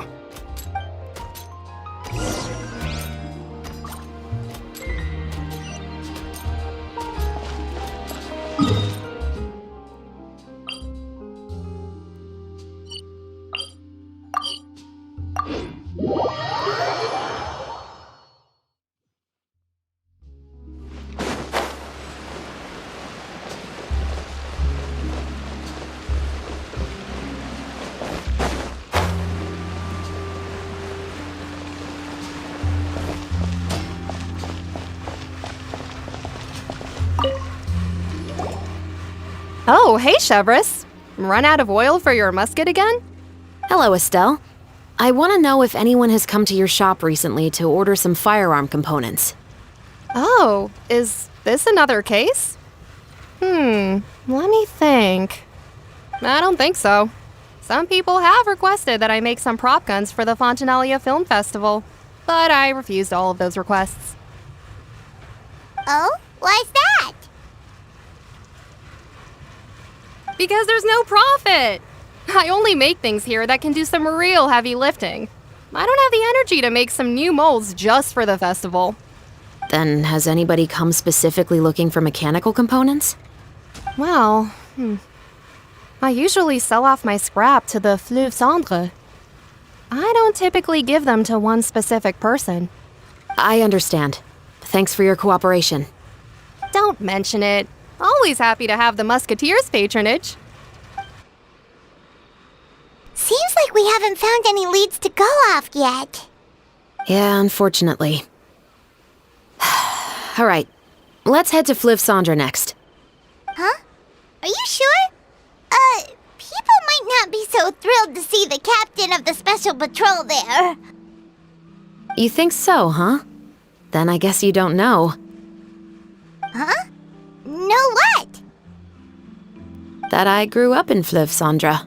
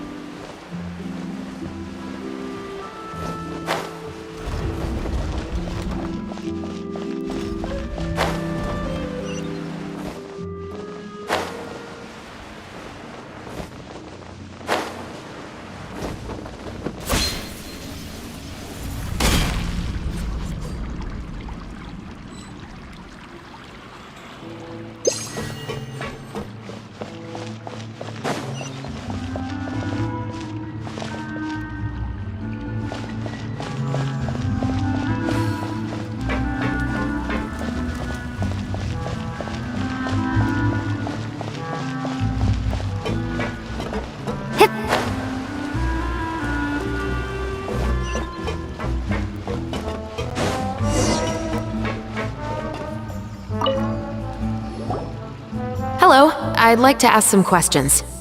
I don't know anything. Don't worry, I'm not here to arrest anybody. You say that now. It's the truth. Here, take this as my guarantee. Wait, did Paimon just see what she thinks she saw? Is the captain of the special patrol bribing a citizen? Seems you're different from the other guards. What do you want to know? Have you heard anything related to Muskets in Fleuve Cendre lately? Anything at all? Muskets, huh? All I know is that about 2 weeks ago, we started hearing some loud noises at night. So loud that it's been waking me up. Were they gunshots? Possibly. It's hard to tell around here.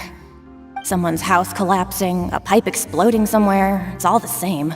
But the noises I'm talking about definitely happened after I fell asleep. Do you know where the noises were coming from? I don't remember clearly. Is it that you don't remember, or that you need to think about it some more? You tell me. Then please, think about it some more. She's giving her even more Mora!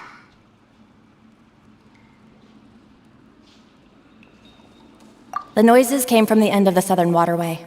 I came out and had a look for myself when I wasn't sleeping well, but I didn't dare get too close. That's all I know. All right, I'll take your word for it. Thanks for the pâte de fruits.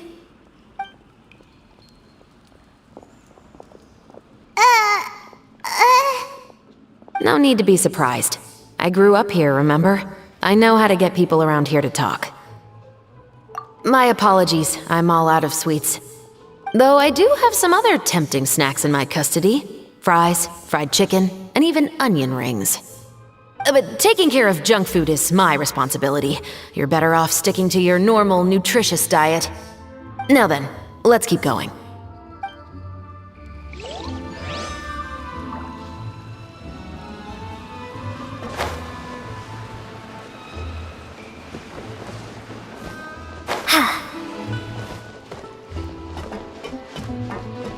I guess I'm finally on the right path.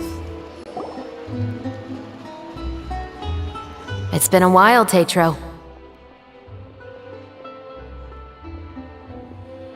Please, just get on with your request. I want to know if you've heard anybody talking about muskets lately. Information isn't free, you know. I've heard that bandits have been extremely active in the countryside recently, and they've been affecting the delivery of goods to Poisson. I can allocate some more manpower to help out with that problem. What do you say? You're still as helpful as ever. One of our men got drunk at dinner about a month ago and lost his gun. 3 days later, it turned up in the corner here. What's weird about that? He just forgot where he put it, right? This is Fleuve Cendre, my friend. Anything of value left in the tavern won't ever make it to the next day. But that gun turned out to be an exception. It didn't get any new wear and tear on it, and didn't even appear to have been fired. We were quite mystified as to what could have happened. I suspect it came back because the weapon was already known to the guards. You mean, a criminal was afraid the Marechaussee Phantom would use the shot marks to track them down? Maybe. But if that's the case, the culprit really took great care to avoid getting caught. I didn't say anything about a criminal. In Fleuve Cendra, knowing who was killed is as easy as knowing what clothes you're wearing today. It's the guy living in the East Side, isn't it? I've never liked him. Every time he's here, he just orders a drink and sits there with a nasty look in his eyes. So, who was the one who lost the gun in the first place? Don't bother. Even if you ask, he wouldn't admit to owning a gun to some strangers. Not to mention the captain of the Special Security and Surveillance Patrol. He's right. I know you grew up here, Chevreuse. Even though you're on good terms with the Spina, you've still been gone too long. Not many people know you here now, and a lot of people don't like the Special Patrol. I know. So take my advice and don't show your face too much around here. It's for your own safety. I'll come and go as I please, and I'm afraid I'll be appearing more often due to my work. All right. Don't say I didn't warn you.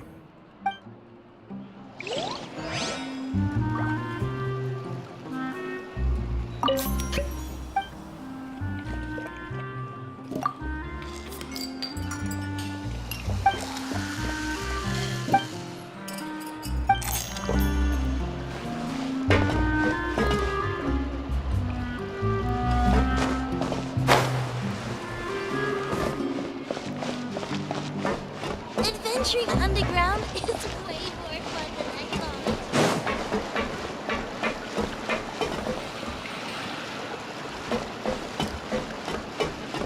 Whatever business you're in, gotta keep up with the changes. Imagining things? Or is all this standing making me dizzy?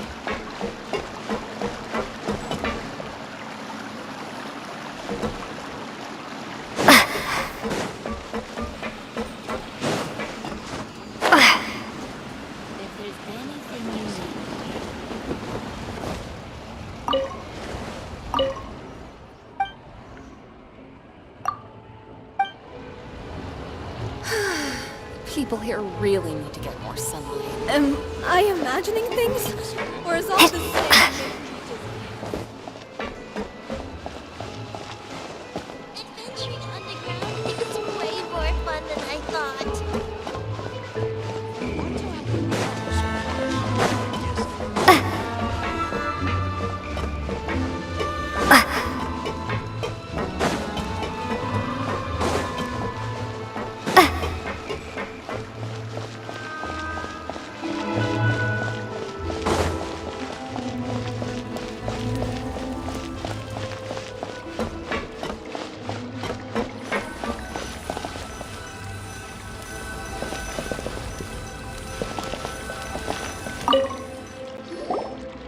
What's all this? Some broken planks and barrels, as well as some liquor bottles? Yes, but have a closer look, Paimon. Even though somebody has purposefully tried to clean them up, these are obviously marks from musket bullets. In other words, someone was here trying to improve their shot. They were using the barrels and bottles for target practice. Could it have been the killer? Your guess is as good as mine. Although many people at Fleuve Cendra own guns, few hide the fact from others. And even fewer would go to such lengths to hide markings from practice shots. Anyway, let's go. There might be more to this.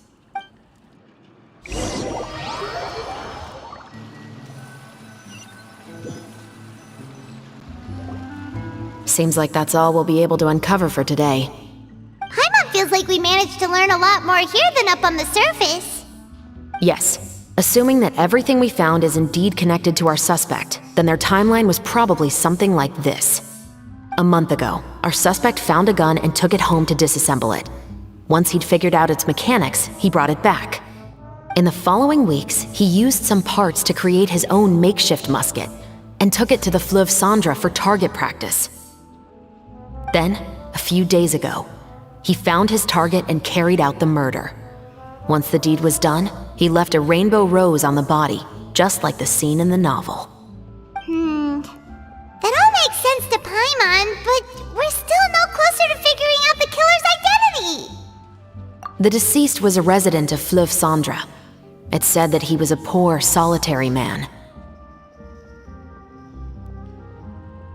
Yeah, that's also something I'm trying to figure out. If we are indeed following the novel, and there's a story behind the murder, then this murder should be an act of vengeance. But according to our investigation, the deceased didn't have any enemies. He was no saint, but no one's heard of a rival who hated him enough to shoot him dead, much less care to leave a rose on his body. What message is the killer trying to convey, and to whom exactly? We've thoroughly investigated that possibility. He claims to have spent the whole day at the Opera House on the day of the murder, and the staff there have confirmed his account. Okay, so he has an alibi. Not only that, he lacks a credible motive as well. He has a family of his own, and both of his parents are still alive.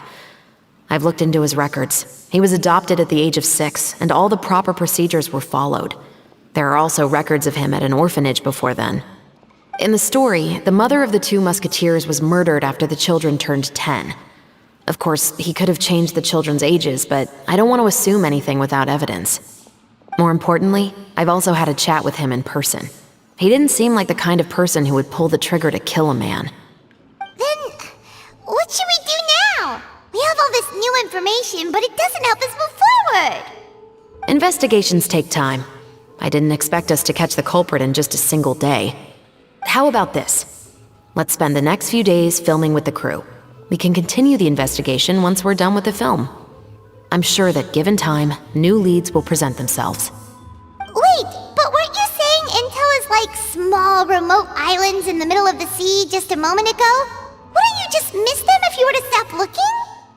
Ah, but the book had more than one reference to the islands, Paimon. Oh? What else did it say then? As long as you spend enough time sailing through the fog, you'll eventually come across an island.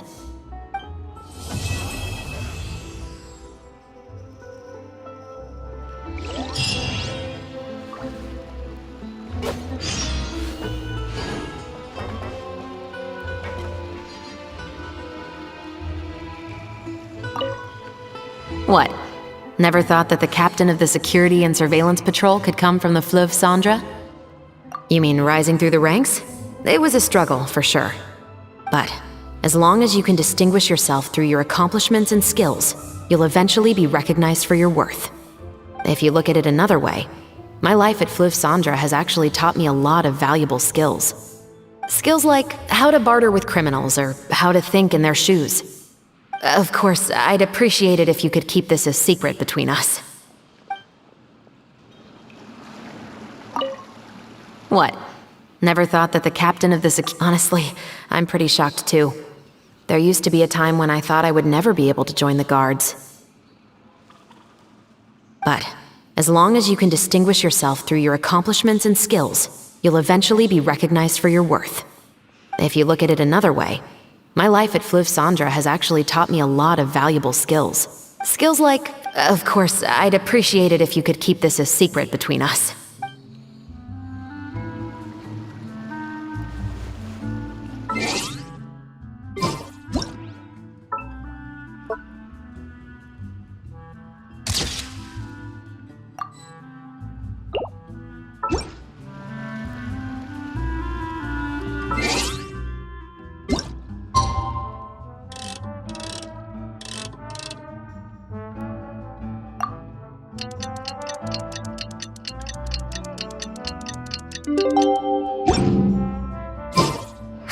It's filming time again! Our schedule is jam-packed for the next couple of days, too. We've got so many different locations and sets to cover. Or is all this standing making you busy?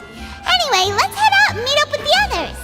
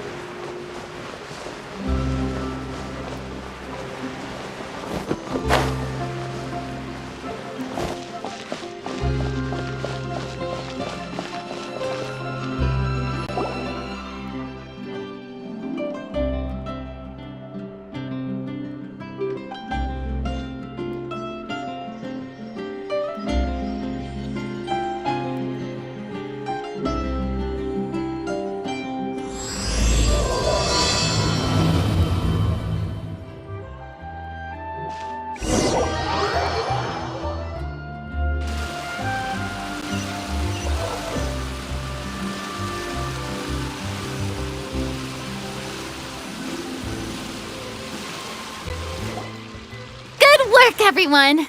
We're looking to wrap with our 2 main ladies today. I can already smell our success. What do you mean, looking to wrap?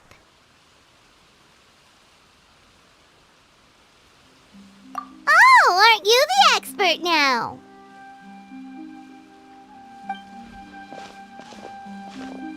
This upcoming scene is the 2 musketeers' final confrontation with the Baron. There will be quite a bit of action, but no choreography beyond what we've already rehearsed. Anyway, get ready. Lights, camera, action! The view is beautiful tonight. It reminds me of that fateful night 10 years ago. And now that I've said it, I can even make out the faint fragrance of herbal tea in the air. Enough, villain! It's time that you pay for the death of our mother! My dear Iris, have you forgotten your manners? How can you speak like this to your own father? I'd sooner swallow all of my teeth than call you father. What did I expect? Seems the daughters have turned out to be just as obstinate as their foolish mother. In this world, mora and status is everything. She thought she could blackmail me using her children and force me to grant her recognition and concessions? Ah, how naive can a woman be? Mother never asked a single thing of you. All she wished was for us to live a peaceful life, just like the others. It was you who personally brewed the poison of prejudice and sent Mother to her death. Compared to that deadly poison, the 2 bullets that will soon pierce through your heart will be like sweet mercy. And that's exactly why I said you're just as naive as her. Did you really think 2 muskets would be enough to defeat me? So let's see. What is stronger? Mora and power, or the 2 muskets in your hands? Get them! Tulip! There are too many of them! It'll be okay. We'll cover each other, Iris. And Mother will be watching over us, too.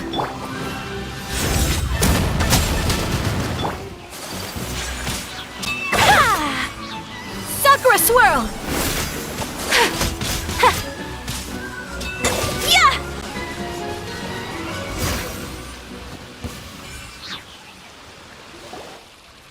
You've lost. To think I'd lose to my own 2 kids. We are no children of yours, and we'll never call that place our home.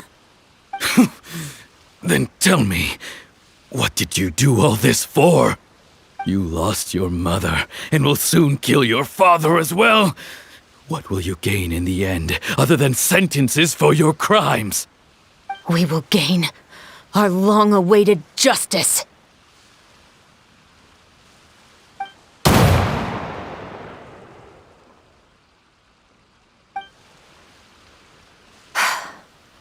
It's over. Finally, it's over.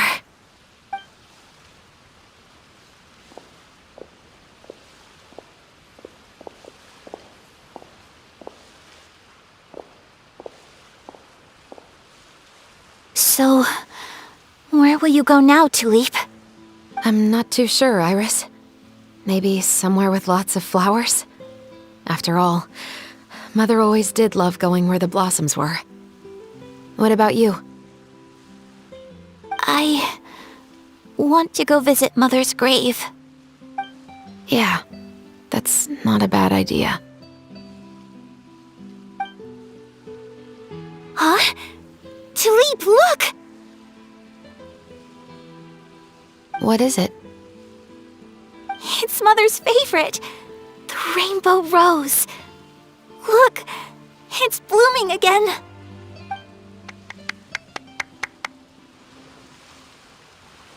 Excellent! That was beyond mesmerizing. Even I didn't expect this scene to go so well. And we got it in a single take. All right, everyone. We've got a wrap for Tulip and Iris.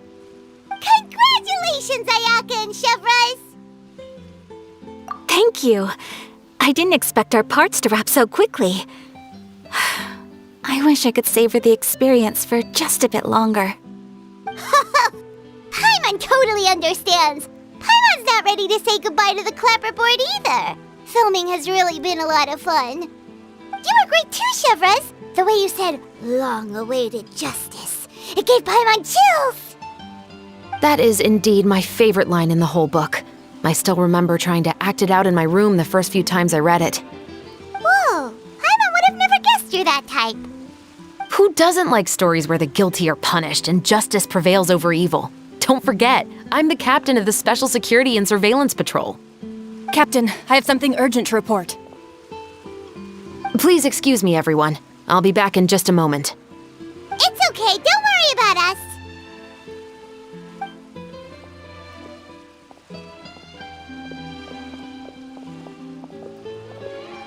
Oh? Was she whisked away by work already? I was just about to tell her how great she did. It seemed like some urgent official business.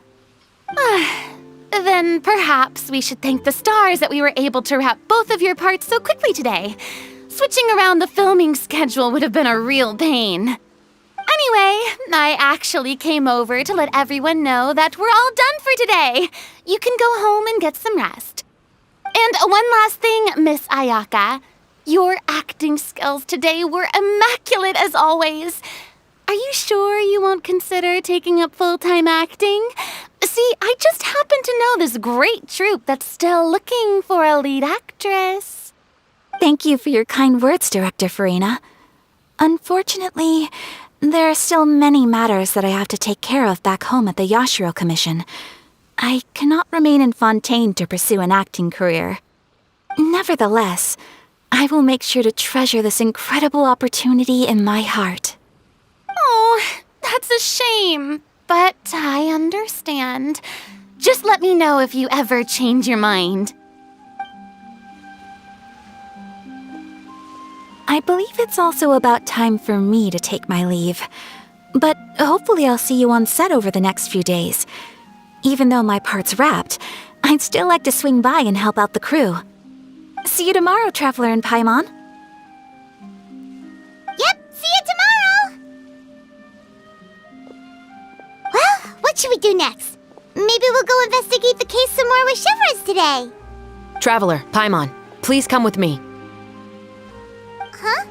Where are we going? You could say that our ship has finally chanced upon one of those small, remote islands of intel.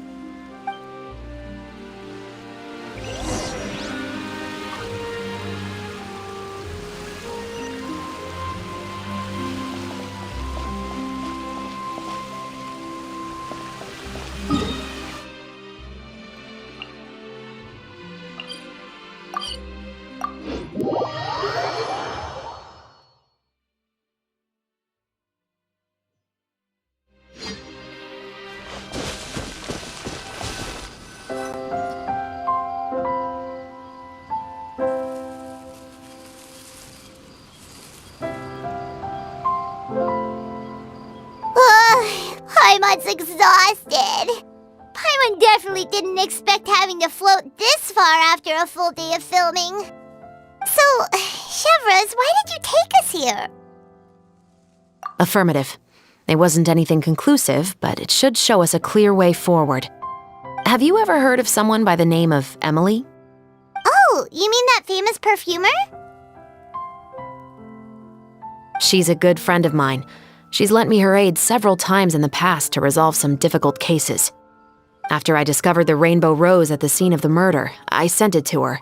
After all, she's probably the foremost expert on flowers and scents in all of Fontaine. And then? There was nothing remarkable about the flower or the trace amounts of soil left on it. But according to Emily, the rainbow rose left by the killer was derived from a very rare cultivar. Huh. Paimon didn't know that there were different varieties of rainbow rose. Paimon just thought they grew everywhere in the wild. Flowers that are deliberately cultivated will always show some different features from those that bloom in the wild. We already knew that the rose left at the scene belonged to a special cultivar, but with Emily's expertise, we were able to pinpoint the place where it was first picked from. Oh, Paimon gets it now! So whoever first planted that rainbow rose was probably the killer! Precisely. And after we checked what we learned against some sales records from the past, we discovered that there's only one person in all of Fontaine who could grow and sell this specific cultivar. Really? And who is it? It's the novelist. But didn't you say he had an alibi? To be clear, I haven't changed my mind about him. I still don't think he was the one who pulled the trigger. However, that doesn't mean the true culprit never visited him at his home or never purchased a rainbow rose from his garden. Whatever the case, we will have to confirm a number of things with him. So you mean the next place we need to go is...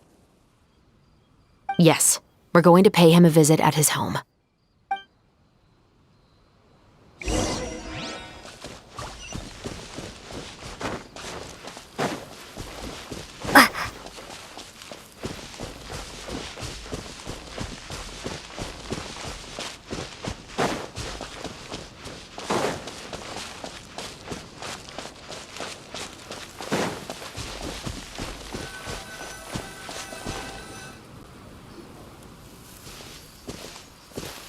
That should be his house. There are so many Gardamex stationed around the place. That's pretty unusual, right? According to what he told me last time we spoke, he hired them so he won't be harassed or disturbed. Huh. So there are a lot of flowers in his garden, but Paimon doesn't think we'll be able to pick one without alerting the Gardamex. Right. Which is exactly why I think there has to be a special connection between him and the killer. So, should we knock? Just wait here for now. I'd like to take care of a number of those Gardamex first. But they're so far away! How are you planning to do that? Don't forget, Paimon, I'm actually the real-life captain of the Musketeers.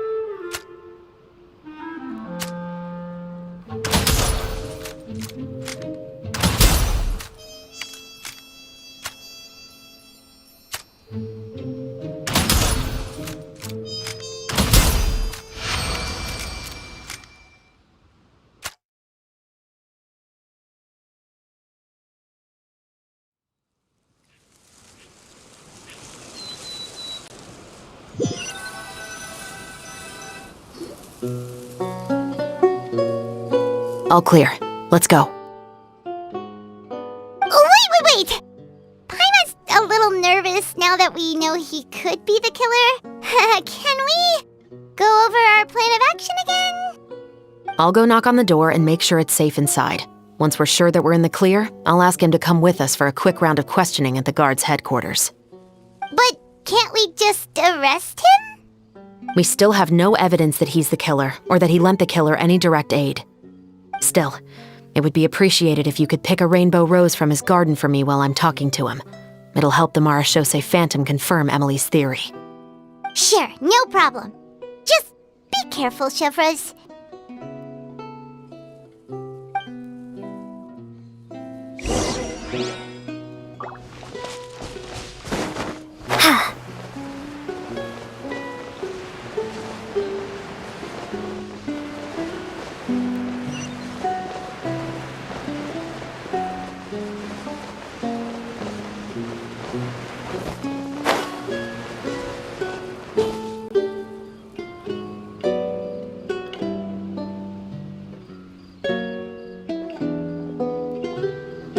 Excuse me, Mr. Baptiste, are you home? Who could it be at this hour? Oh, it's you, Officer Chevreuse. Would you mind accompanying me to the guard's headquarters, Mr. Baptiste? We would like to ask you some questions about a case. Oh, is it still regarding the murder case from before? I cannot confirm or deny that at this time. So it is then. Listen, I need you to come with me, Mr. Baptiste. Miss Chevreuse, I'll save you the trouble. Oh, and you two over there? There's no need for you to pick my flowers either. It's not time for them to bloom yet. Oh! Okay.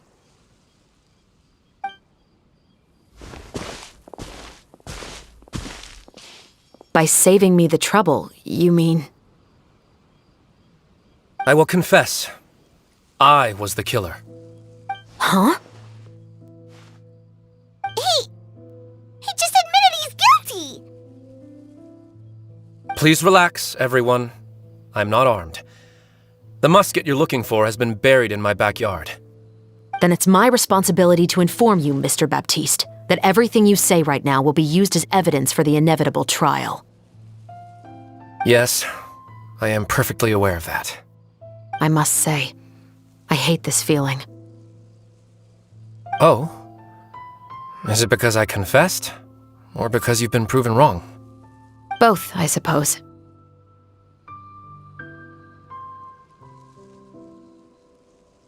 For the same reason as the one I wrote out in my novel, of course.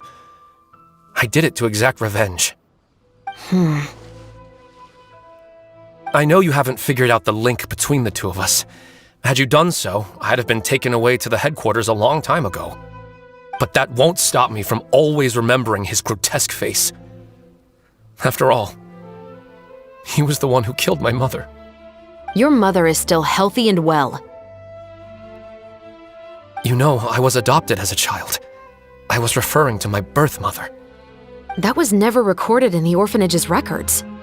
Please forgive a 6-year-old child for concocting some lies to protect himself after watching his mother die right in front of him.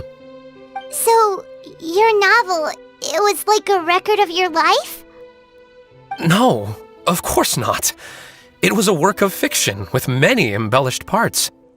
But I am indeed the illegitimate son of a wealthy and influential man who abused his power to murder my mother.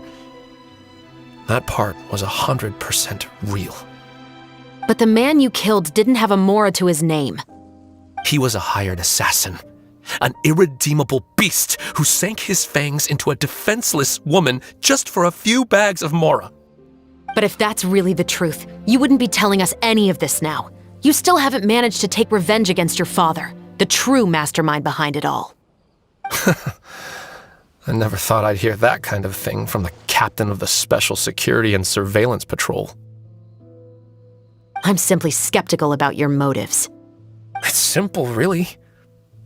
I've grown tired of everything and don't want to shoulder this burden anymore. You may have considered me too soft to pull the trigger. Well, as it turns out, you are exactly right. I've become overwhelmed by the aftermath of the murder. So you're going to call a stop to your revenge, just like that? The true mastermind is too rich and too powerful for me. I've accepted that I will never be able to avenge my mother alone. And so what? The characters in your book never gave up. Now, Officer Chevreuse, I'm the one who has killed a man, aren't I? Are you trying to convince me to commit another crime? What's your father's name? How do you plan to prove the veracity of all of your claims? Well, I'd like to speak with you privately. Sure. Why don't we speak privately at the guard's headquarters? No, it has to be here. I must ensure that we won't be overheard. Fine. Let's talk here.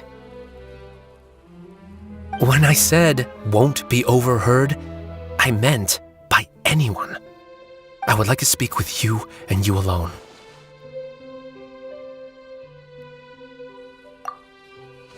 Thanks. I appreciate it. Please stay safe, Chevreuse.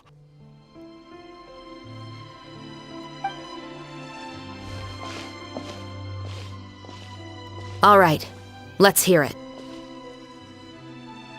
Will you really believe what I'm about to say? Well, that depends on what you're going to tell me. Fair enough. Fair enough.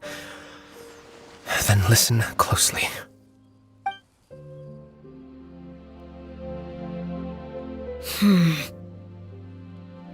So that's how it's all connected. So, it seems you believe me after all. Do you want me to go public with this? No, of course not. At least, not right now. Then why did you bother telling me? You've read my work. What do you think? Even if you were to go public with all of this right now, he'd simply deny everything. It's been too long. Almost 20 years. Anything that could be used as evidence has long faded away. Even if there might have been a solitary island of truth once upon a time, it has long sunk beneath the waves by now. Justice will never find him. Not if you don't try. I know that as the captain of the Special Security and Surveillance Patrol, you will always stand on the side of justice. But do you really think a cushy life in prison really constitutes justice for him? I bet he could lead an extremely comfortable life in the fortress of Meripede. What are you trying to say? I've been observing you from a distance. Your portrayal of the musketeer was exquisite. Pull the trigger of justice against him. Let the villain get what he deserves. You want me to let you go so you may complete your revenge? No, Officer Chevreuse. I know that would be impossible. No. What I'd like is for you to perform the deed on my behalf. Oh, Chevreuse sure is taking her time. What could they be talking about anyway? Oh, Paimon's worried. What if he decided to attack her? Oh, you do have a point. Still, do you have any idea who the rich person might be? And why the novelist doesn't want us to hear what he's saying to Chevreuse? Sorry to keep you waiting, you two. Hey, how did your talk go? I've already sent someone to escort Baptiste back to the headquarters for questioning. He wasn't lying about the musket. It was indeed buried in his backyard. But what about the name? Did he tell you the name of the rich guy? Yes, he did. But for now, I have to return to the Special Patrol. There are still a few loose ends I need to tie up.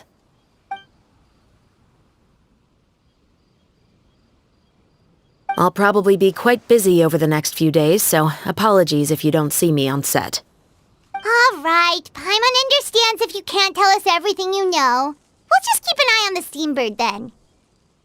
Actually, there's still something else I need your help with.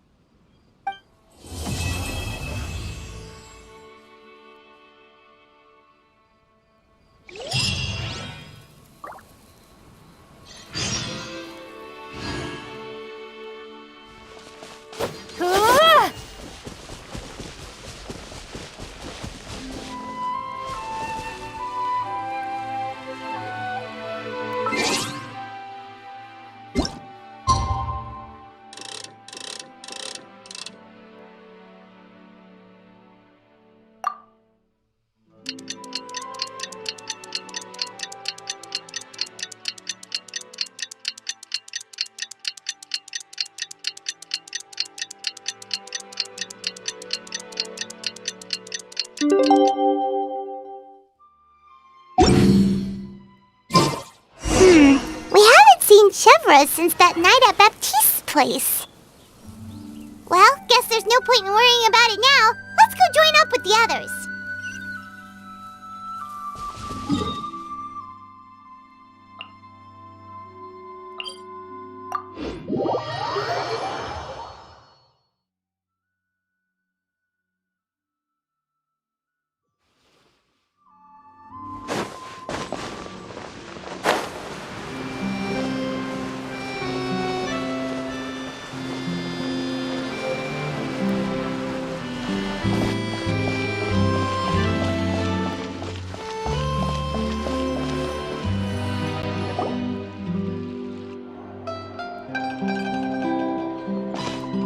Good morning! Hayaka and I were just talking about you. Is Chevreuse still not joining us today? Probably not. We haven't seen her either. Huh? That's such a pity. Director Farina said that we've only got a few small scenes left before wrapping up the entire thing. She even said that she'll get me into a couple scenes, so everyone will have a chance to shine in front of the camera. We were also planning on having a victory feast once we're all finished filming. You can join us, right? If only Chevreuse was here. I still haven't taken a photo with her. I'm afraid that can't be helped. Those special patrol folks are like phantoms when they've got a case on their hands. But to be honest, I'm even more concerned by what I read in the Steambird earlier this morning. It said that the killer in the murder case was none other than the author of the 2 Musketeers. Oh yeah, I heard about that too. He came forward and confessed his crimes, but gave no explanation as to why he pulled the trigger. We didn't know about this case at all when we joined the film. Is it going to affect the reception of our work? From a pure publicity standpoint, this will draw a lot more attention to our film. I have to say, though, that no director can be perfectly comfortable with garnering attention through means other than artistic skill. To be fair, I feel like that ship sailed the moment you allowed yourself to be named as the director on our posters. It's not my fault that I'm super popular. What was that saying again? My popularity has, Sunk to an all-time low? spread to the 4 corners of Tibet.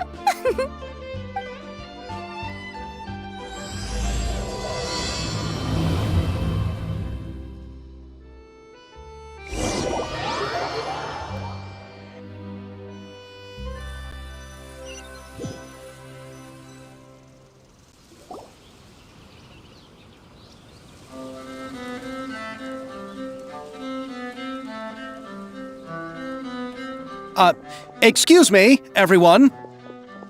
Xavier! Feels like it's been ages since we last saw you. I've been talking non-stop with the Film Association, and I'm absolutely swamped trying to coordinate the film's marketing. So forgive me for not being around more often, but please believe me when I say that I will make sure everyone's hard work gets the exposure it deserves. Oh, seems like you've been fighting your own battles. Yes, that's one way to put it. Oh, and before we begin the final round of filming, please allow me to finally introduce you to the original investor of our film, Mr. Morris. A pleasure to meet you all. Yes, glad to make your acquaintance, Mr. Morris. We've heard about the issues you've encountered with your financial situation, and genuinely hope that things have taken a turn for the better. Oh, well, the situation has indeed improved somewhat. Don't worry, Mr. Morris. Accidents and last-minute challenges happen all the time. There's no need to blame yourself over it. The good news is that we're almost done filming now, and I would even say that this is the best story I've ever seen. Is that so? I see, that's great news. All right, now that we've gotten all the pleasantries out of the way, let's get this show on the road. We'll mostly be filming typical people and scenery from the streets today to improve the sense of environmental ambiance in some parts of the film. Oh, and there'll be a cameo for Mr. Kamisato and Miss Yoimiya as well. They'll be used to show outsider perspectives on the fates of the 2 Musketeers. That's right. Ayato should be here any minute. Excellent! Then let's start with the scenery shots. Camera and clapper loader, you're up. Yep, we'll be ready. Remember, all we need are some wide zoom shots of the streets. If you happen to find some particularly lovely patches of flowers and grass, feel free to grab some close-ups of those as well. Ready? Lights! Camera! Action! Okay, now move the camera slowly. Try to focus on that flower. What's wrong? Just adjust the focal length a bit. Something the matter? Huh? But wasn't it working fine for all the days before? Veronique, can we try a different camera? No problem. How about this one? All right, let's give it another try. Lights! Camera! Action!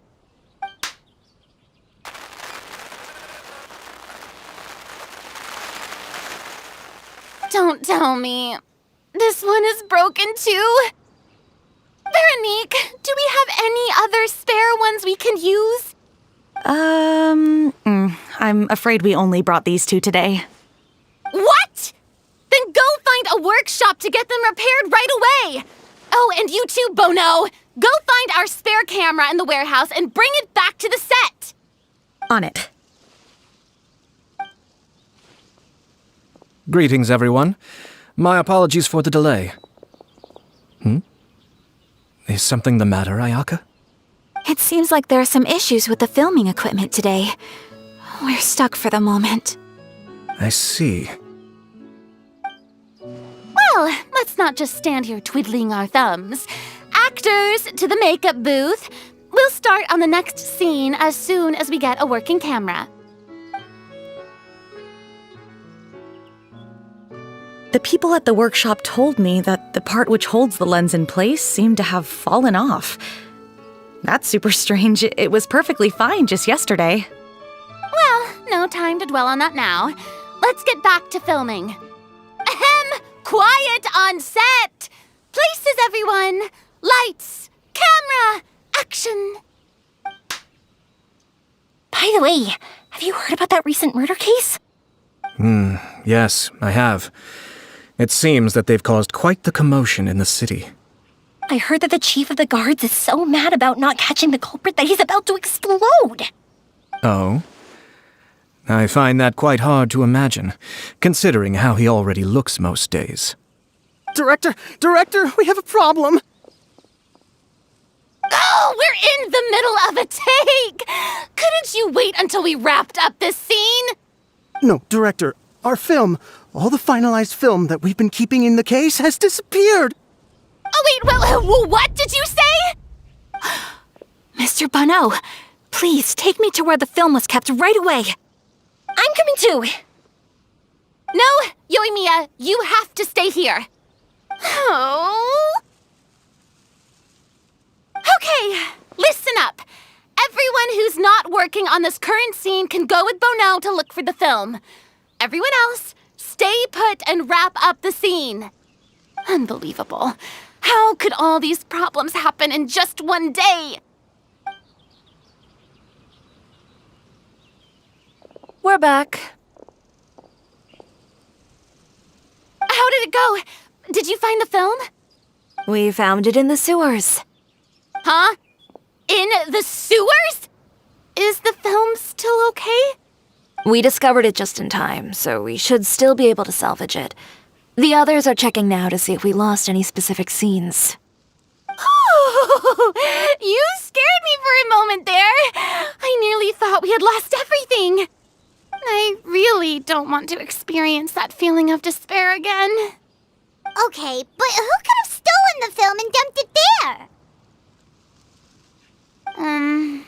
Could it be, some competitors working on other films? But if they wanted to harass us, why wait until the last day? Okay, we don't have time to really look into it right now. Let's strike while the iron is still hot and wrap this thing up once and for all. Yeah, let's finish it.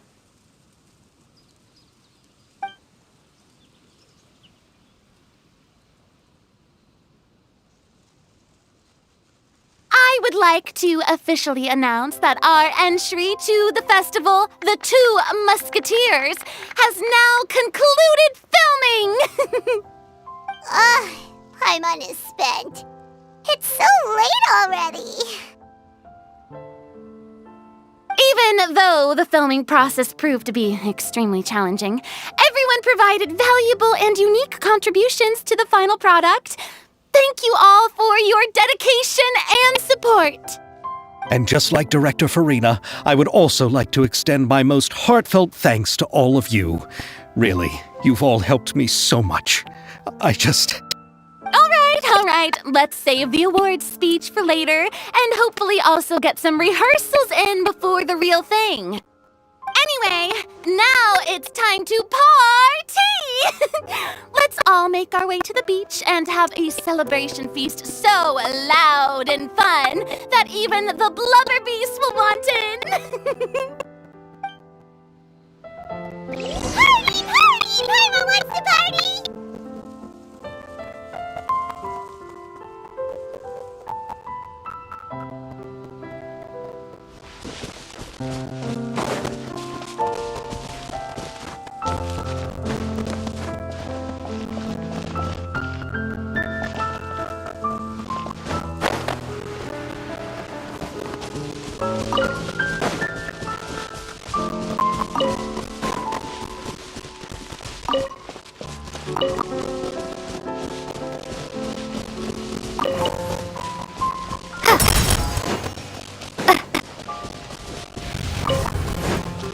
Whoa, this place is hopping! Everyone's finally getting to relax after rounding up the film! Let's go chat with someone!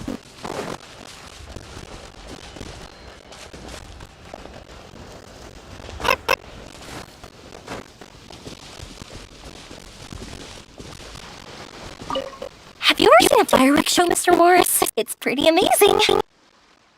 I'm afraid I haven't, but I'll take your word for it.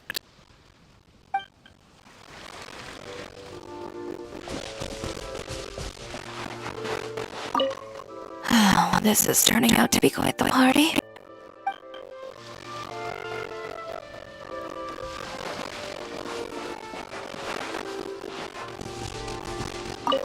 I was thinking, if this film turns out to be a success, could I ask the two of you to stay and be a part of my crew?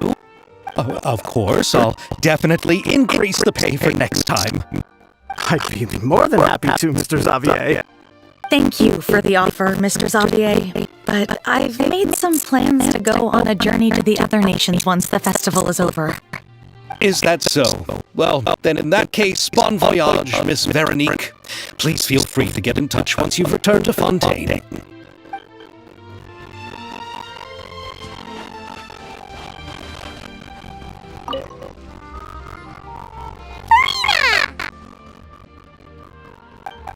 Oh, my darling clapper loader and camera operator, you both worked really hard. Paimon thinks that you worked even harder than us! Honestly, Paimon was getting a little tired of playing with the clapperboard by the end of it. Worst of all, Paimon started having dreams of you shouting, "Lights, camera, action!" into Paimon's ears. The actual dream can't even start until you yelled that! Hey, if anything, shouldn't I be more grand and delightful in your dreams? We've been through so much together, and that's how your brain remembers me? That's not Paimon's fault! We've just used the clapperboard too much lately. Anyway, what's most important is that we wrapped the film. I'm pretty confident that we'll take first prize. Hey, no need to mention the official name. Wait, now that you mention it, if we did win the prize, would Farina just get a statue of herself?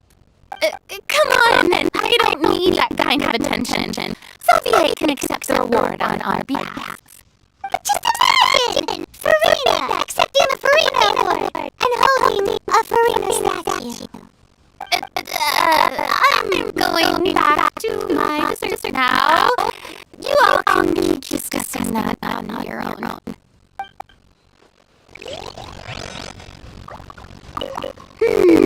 What kind of dessert should I try next?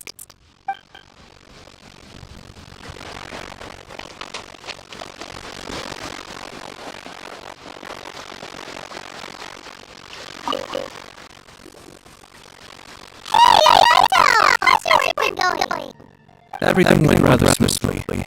Thank you for your concern. Hayato told me that we've already confirmed the dates for some Inazuma Fontaine cultural exchange events. So the next time we visit, we'll be doing so in our capacities as the representatives of the Yashiro Commission.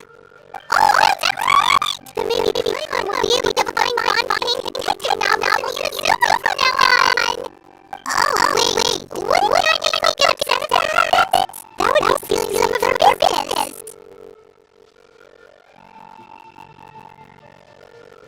You've got a point! She's also claiming that Bravo has become big on two people after all. The cultural exchange won't only feature literature of both nations, of course.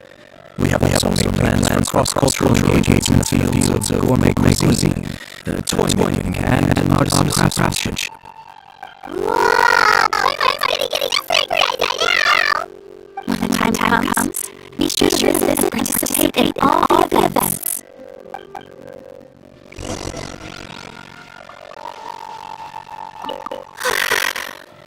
I wish we spent some more time here. Don't worry. It won't be long before we're back again.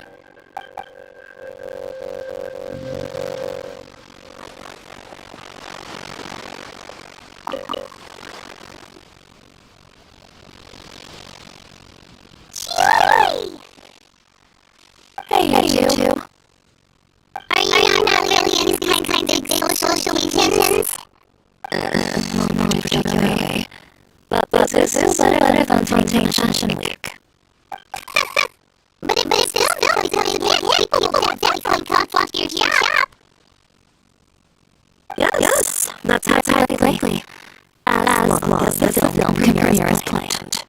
Are you worried about haste? That and all the obstacles we face today. You're right. It's all bad luck just manifested at once. But why today of all days? No, it's nothing. We've already delivered the film to the editor, so there should be nothing more to worry about. How are you doing, Morris? You having a good time? Well, you could say that. You happen to know when the party is scheduled to end? Judging by how much fun everyone's having, I say probably not until after midnight. Is there something you still have to take care of at home, Mr. Morris? I'm just not a late night person, so I might take off shortly. Oh no! Silly me. I was having something super important. What is it? I prepared a whole batch of fireworks for the party, but I forgot to bring them over to their warehouse. Fireworks, you say? That's truly a pity. Sorry, things didn't go as planned. Could you help me carry them most, Mr. Morris? I won't be able to fetch all of them myself. Me? Are you sure that you can't find anyone else? I just wanted to make this surprise for everyone. The warehouse isn't far from here. We'll be there in no time. Please, Mr. Morris, these are some of the best fireworks I have ever made. So I also want you to see them before you leave. They're stunning. I promise that you'll be a once-in-a-lifetime experience that you'll never forget. I bet. It's okay, just come with me. If we're sneaky enough, nobody else will see us leaving. All right. Warehouse is right over here. I moved the fireworks there in advance, so it shouldn't be too much work bringing them back. It's still a ways away from the party. Sorry about that, Mr. Morris. It's probably because I'm used to carrying fireworks all the time. Well, this doesn't feel like a lot of work to me.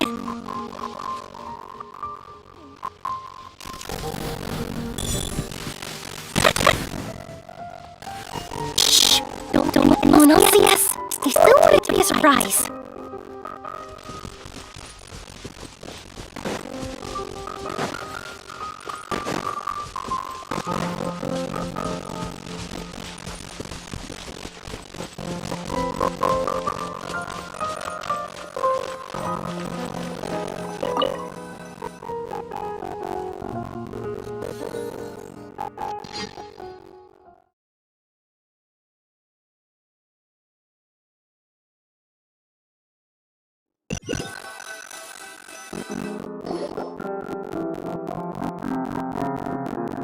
It's dark in here.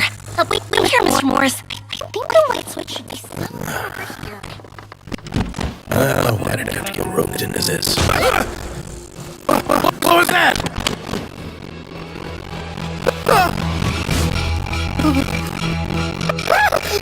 Who's there? Get me out! Get me out of here! Did you really think you'd get away, Morris?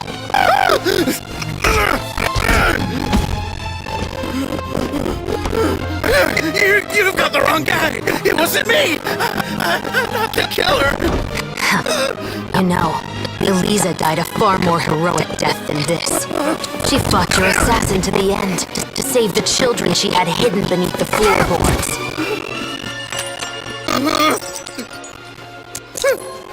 That is Eliza's pendant. The one with a photo of you two inside. The one you gave her.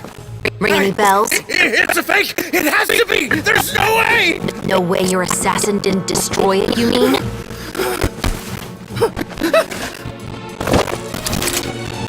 Did you ever love her, Morris?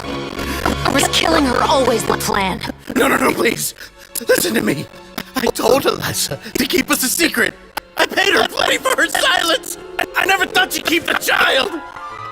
Everything was gonna come out, and I had no choice. She forced my hand. No! I'm begging you. I have money. Just name your price, please. You can keep your Mora, and you can go to hell.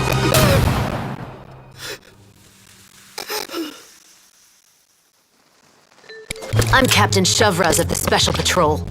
Morris, you're under arrest for Eliza's murder. Huh?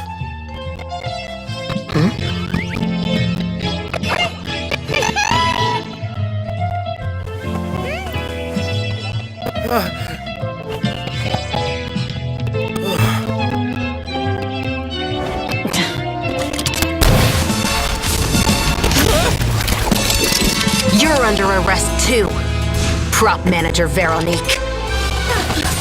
Or perhaps I should call you the Second Musketeer.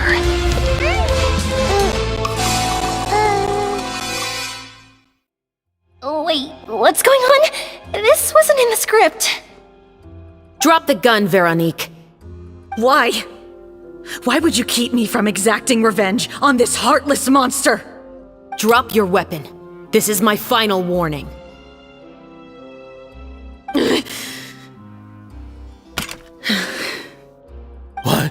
What is going on? Do I have to spell it out for you, Morris? Everything that took place just now was staged to get you to confess the truth. But this last part is all improv, of course.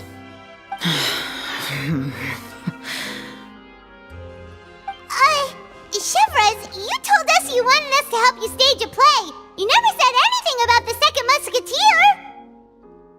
It's because even I had no way to confirm my theory until now. Thank you for your performance, Yoimiya. Could I trouble you to go and bring in the other Special Patrol members? They should be on standby just outside. Oh, and please tell the other cast members not to worry about us. We'll be rejoining them shortly. On it!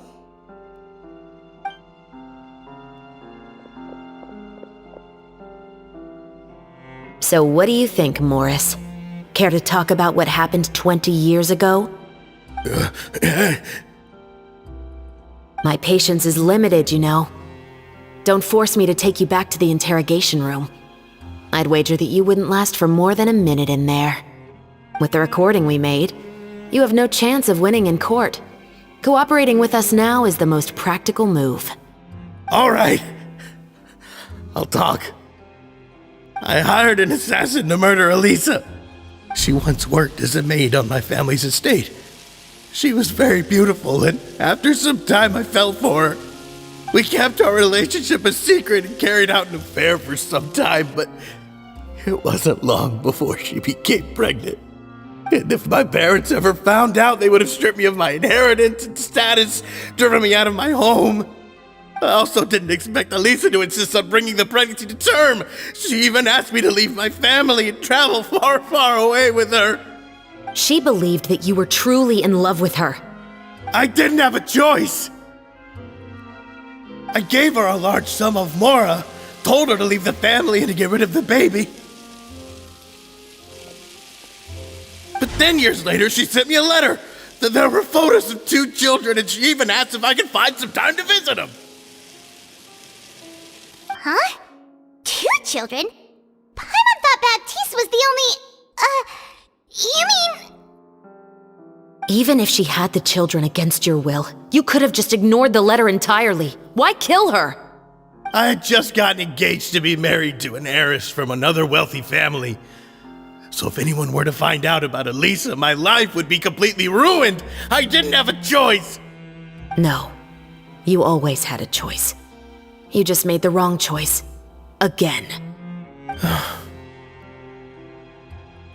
Do you know how it feels to watch your mother be killed right in front of you?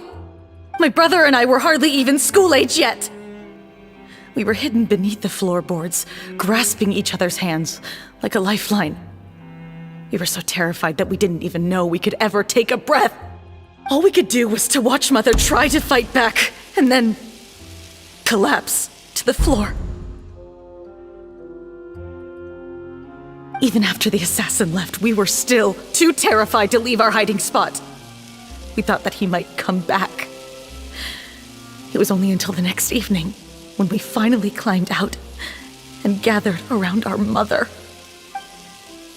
But she had already become cold and stiff to the touch. You made up your mind right then and there to bring this case to light. Not only that, we resolved to get our revenge.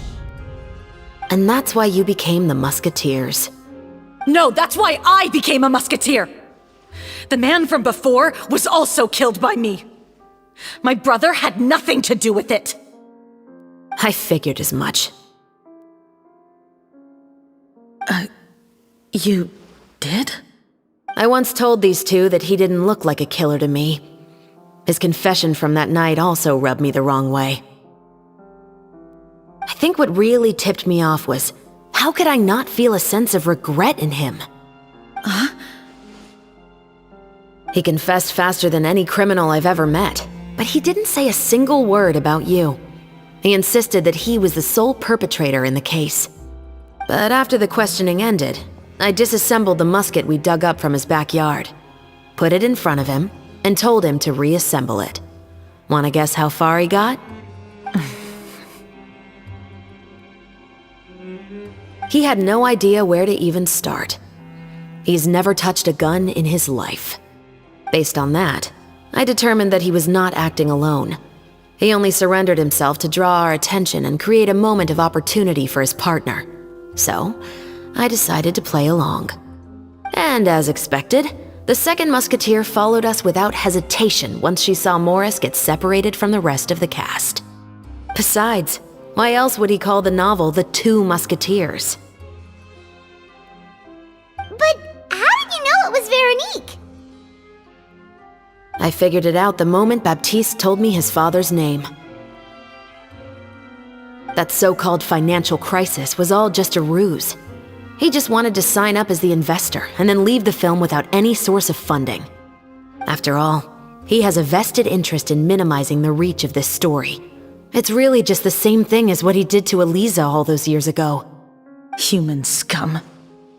But then Xavier pulled out all the stops and got the film made against all odds. Morris couldn't have that. With the killer in custody, he figured it was safe to act. And so he came to visit the set today, just as I expected. Wait, so you were behind all those mishaps today?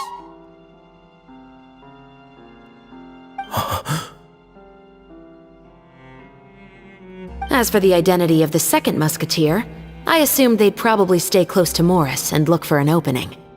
And if they already knew that Morris was the film's investor, then that narrowed the list of potential suspects as well.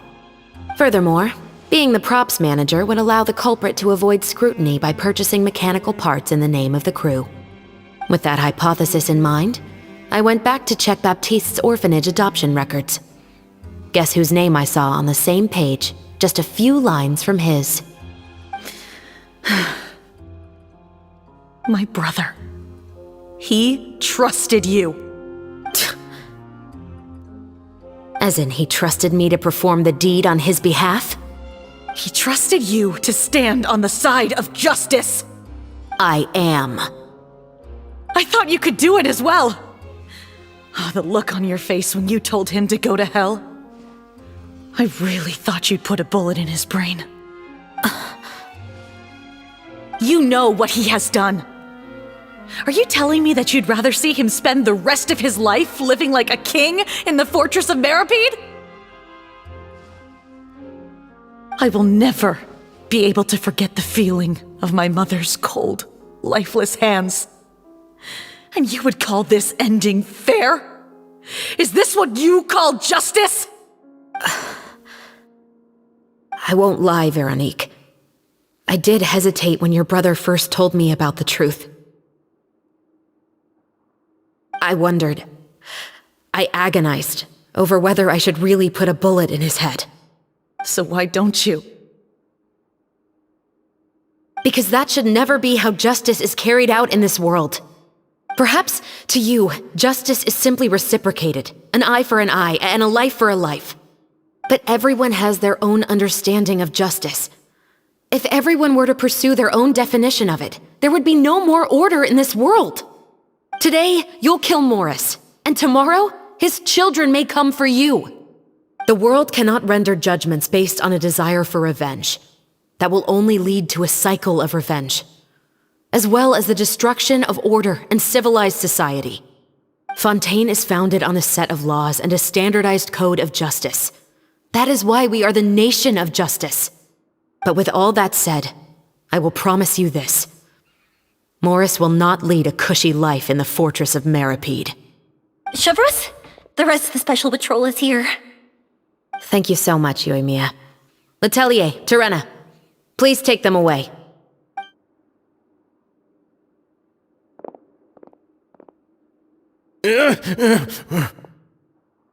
I still can't agree with your reasoning. I know.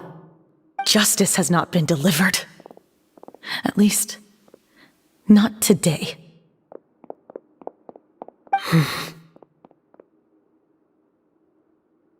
Chevreuse. Let's go. We should give an explanation to the crew.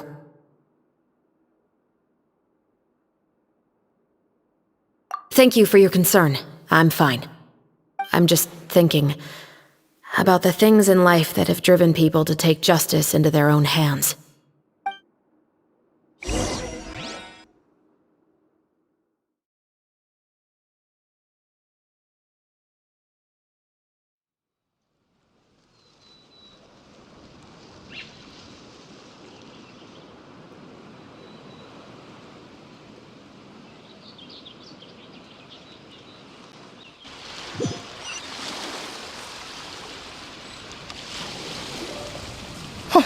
Who would have thought Morris would turn out to be... I'm at a loss of words. How could he have done something like this? I'm just glad that you're all safe and sound.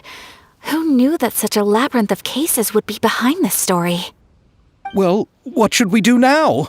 We have a finished film, of course, but should we still go ahead with the premiere? What do you mean? Shouldn't you be even more motivated to spread the word now that you've learned the truth? Chiori is right. I'd also like more people to see this story for themselves. But the real ending of the story seems to have deviated somewhat from the one in the script. Is that still acceptable to you, Miss Chevreuse? The call is yours. We still have time to reshoot an ending if that's what you'd like. No, it's fine as is. I like what we have for the catharsis. Romanticism is what gives works of art their appeal. Fiction is able to explore means of restitution that could never work in real life. Just like the real world, the world of stories also has its own set of rules and justice. These different possibilities are what initially drew me to reading in the first place. Sounds good to me. I support your decision. What about Veronique? Will she be okay? She will soon face her judgment alongside her brother and Morris. If I had to guess, they'll probably all be sent to the fortress of Meripede. I'll make sure to give Risley a heads up about it. Oh, you mean that kind of heads up? Exactly. Ahem. All right, then the matter's settled. Now that everything's been taken care of, there's no reason for us to keep looking all gloomy and grumpy. Let's get back to the feast and enjoy each other's company. We'll be starting the post-production process tomorrow. You should join us, Chevreuse. You missed the first few hours of the party, didn't you? All right. Count me in. Then I'll wait for you over there. There's still some good news that I'd like to share with Chevreuse. Traveler, Paimon, could you wait for me by the sea after the party ends? I'd like to go on a brief walk with the two of you. Thank you very much.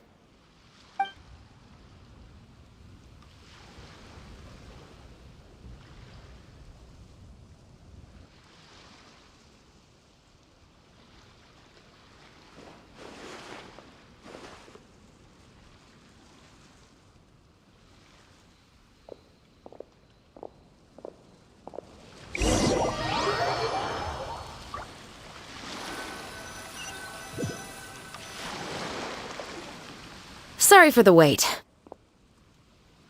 Oh, we weren't waiting long at all. Is there something else you wanted to tell us? No, I don't have anything new to share.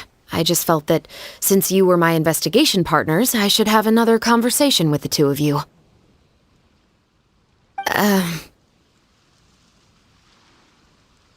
Traveler, how would you have responded to Baptiste's request if you were in my shoes?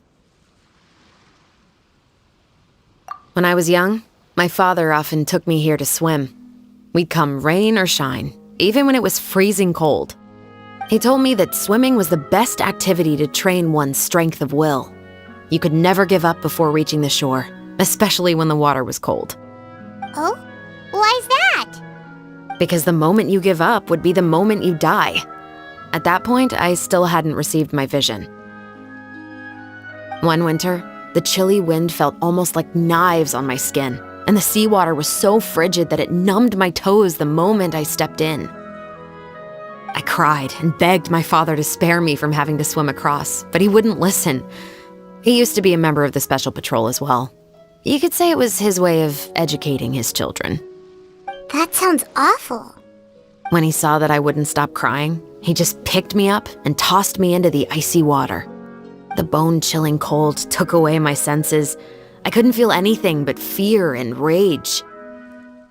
I waited for my father to save me, but one look and I knew he'd already started swimming for the opposite shore. I realized that if I were to give up, I really would die right then and there. I used all of my strength to try and catch up to my father. Those few minutes felt longer than my whole life up until that point. I did, however, make it to the other side. I've never felt afraid about anything in my life after that, nor have I ever cried again. That way of teaching would have never worked on Paimon. Yeah, I don't think that was the right method for anyone.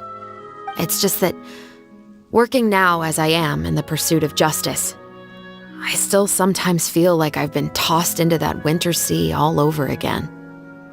The anger and the helplessness. Chevreuse.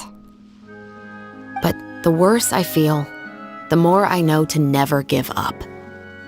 The alternative would be to forever lose myself among the waves. Anyway, how about a race? Neither of us will drown, but we can still see who swims faster. You guys go ahead! Paimon will grab the clapperboard to mark the start of the race.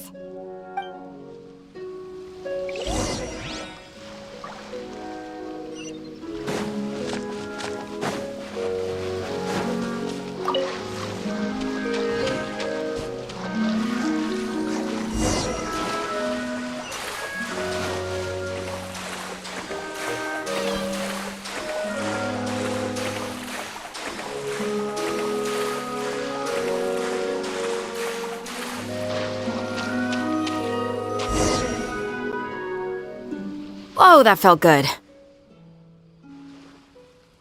You were so fast in the water, Chevreuse. You were swimming even faster than Paimon can fly. So, about the Special Patrol, did you join because of your dad? Partly. but I'd say I was more inspired by the heroes I read about in stories growing up. Oh, so it's due to your love of stories. Of course, it was only after I joined the Special Patrol that I learned that truth is often stranger than fiction. Come on, let's walk a bit more.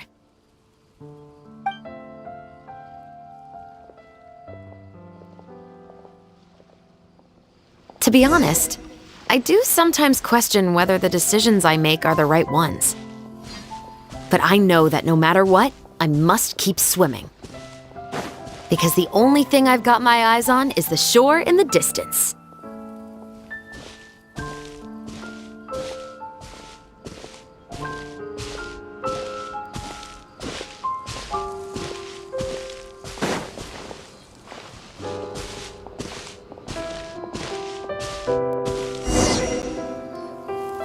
Thank you for coming on this walk with me. I feel a lot better after getting all that off my chest. Huh. We're nearly back at Baptiste's house. Huh. You're right. I didn't realize we were so close. He really did plant a lot of flowers. It's just like how he described it in the story. Huh? Wait. Paimon, Traveler, look!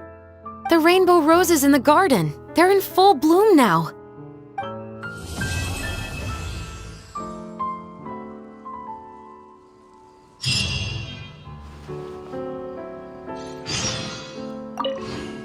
Even though it's a bit late, I must thank you for investigating this case with me. Not on behalf of the Special Patrol this time. It's a personal expression of gratitude from yours truly. Oh, you want to hear more about my father? To be honest, I didn't spend that much time with him. He was always busy with the Special Patrol, so he would often return home really late at night. Some nights, he didn't come home at all. Once, he didn't come home for a long time, maybe a whole week or so. When I went out to buy food, I learned that he had become a criminal, and by extension, that made me a criminal's daughter. But we can talk about that another day. I actually have a lot of sympathy for Veronique and Baptiste. I can understand the hatred they feel for their father. But that doesn't mean I'll allow them to walk the path of evil, even if it might lead to another sense of justice. Films are different from the real world. They're a form of art and represent the wishes in people's hearts. I adore the two Musketeers, and I'm very happy to have had the opportunity to act the role as one. I can't wait to catch the film when it premieres in the Opera House. I'm looking forward to seeing the audience's reaction to the climactic ending. Thank you for looking out for me. I'll see you at the award ceremony. I'd be very surprised if we don't win.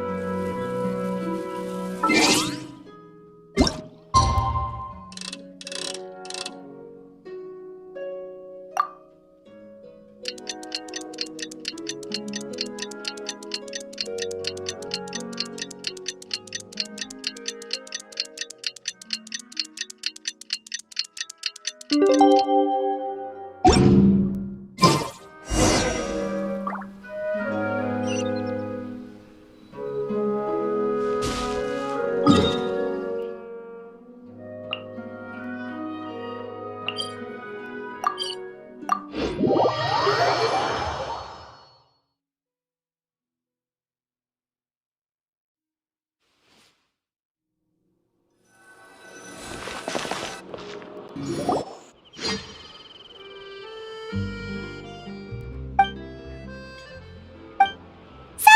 it's been a while. Hey there, you two! Sorry I've been scarce. I've been buried in marketing and preparing the film for release ever since we wrapped post-production. The award ceremony is today, right? Paimon wonders if we'll win the Farina Award. I'd give it a 90% chance. Farina! Oh, Paimon didn't know you were already here. You're earlier than everyone else. I'm sure the others will also be here in no time. Xavier, if we end up getting called on stage, shouldn't you come up with a name for our crew? What? But we don't even know if we're going to win. I wouldn't want to jinx our chances by celebrating early. Just open your eyes! Surely you've seen the audience's reactions to our film. We've had nothing but critical acclaim. You've also had conversations with the Opera House's operating staff, right? Didn't they want to increase the number of showings? With the mora you've made from the box office, you can now open your very own film company. But that's all credit to my amazing crew. You've all helped to make this a reality, so I can't be the only one asked to come up with a name. Well, give it some thought. I'm sure the crew will respect your choice. All right, but before that, Traveler and Paimon, could I trouble you to quickly pay a visit to the Fortress of Meripede? Huh? But shouldn't we stay for the award ceremony? I wanted to ask you two to invite Chevreuse to join us at the ceremony. She's one of the lead roles, after all. I haven't been able to find her recently, so I haven't had the chance to invite her personally. According to the papers, the culprits of the Musket murder case will be personally escorted today by the captain of the Special Patrol to the Fortress of Meripede. Oh, Paimon gets it now. Yep, just wait here, Xavier, and maybe try to come up with a few snappy-sounding names. All right, then I'll leave you to it.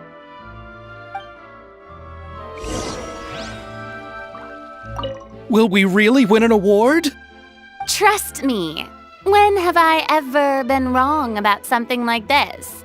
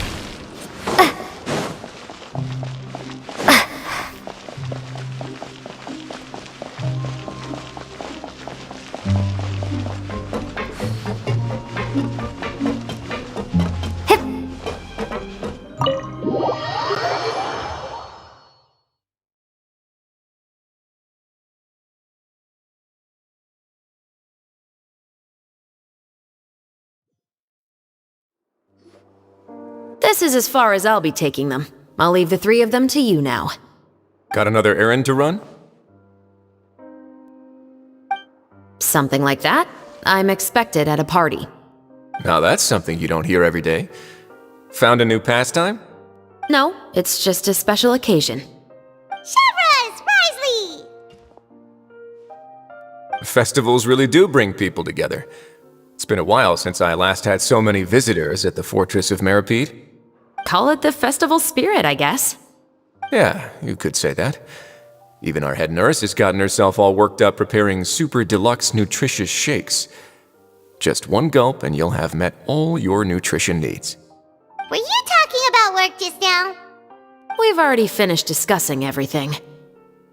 So, what do you think about my heads up, Mr. Risley? I believe I haven't yet made any promises or guarantees. But you also didn't shoot me down. Here, how about this? You could give everyone a copy of the newspaper. Perhaps on the day when the cover story happens to, oh, I don't know, expose a certain someone's misdeeds from 20 years ago? I suppose then a certain someone may soon find himself the most unlucky person in the Fortress of Meripede? While another 2 people will soon be hailed as heroes. Speaking of heroes, did you two need something from me? Actually, we're here for... You're here to invite me to the party, right? Don't worry, I didn't forget. Ooh, then let's head back right away! See you, Risley! Happy Fontanalia Festival! And the same to you.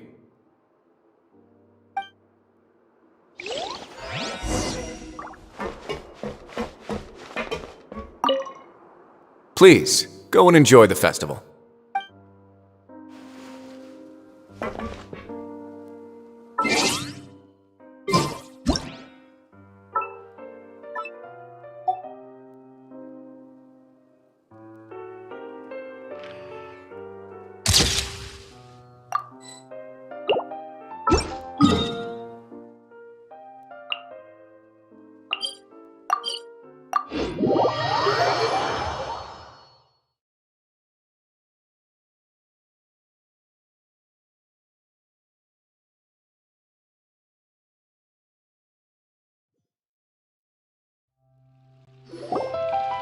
And the winner of the Farina Award for the first Fontanalia Film Festival is...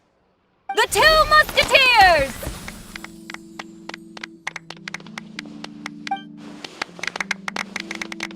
We won! We really won! Congratulations, Mr. Xavier. We won? I can't believe it! I really can't thank all of you enough! See? My takes on Fontaine's entertainment industry have never been wrong. Now, please welcome to the stage the producer of The Two Musketeers, Mr. Xavier!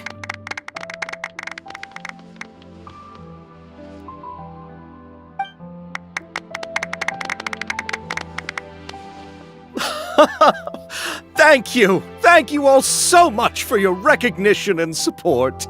While I'm up here, I would love to give special thanks to... Time really flies, huh? It certainly feels that way. It feels like it was only yesterday when you were teaching me to hold a musket. Will you come back to Fontaine again? Of course! I'm very fond of this city. There are so many novel and interesting things that it's been hard to keep track of them all. But how about you? Would you be interested in visiting Inazuma? I can't say the thought has crossed my mind before, but I'd be willing to consider it now. I will be eagerly awaiting your visit. It would be wonderful if you could visit my home and enjoy a taste of our tea and desserts. Yeah, let's keep in touch. Did you accomplish all you came here for? Yes. And you should visit Inazuma again sometime. How has Ogura and her business been? To my knowledge, she's doing quite well. Tell her I said hi. I certainly will. I heard the thunderstorm has stopped. Yes, and the war has also been brought to an end. Peace and prosperity has returned to the islands. I quite like the sound of that. Perfect for hanging textiles out to dry. I'd like to offer my thanks again to the entire cast and crew. Without you, I would have never completed this film, much less had the opportunity to be standing on this stage. With the support of my entire crew, I would like to officially announce our film company, Musketeer Pictures. Ho-ho! That has a really nice ring to it. Then in that case, let's please welcome all the members of Musketeer Pictures onto the stage for a commemorative photo. Oh, Paimon didn't know we'd also be taking pictures. Director Farina, I believe you are the most deserving person to raise this trophy. Huh? No. There's no need. It's so embarrassing. It's an honor the director deserves. Yes, I agree. Just accept that you're not getting out of this. Ready, everyone? 3, 2, 1! Musketeer Pictures!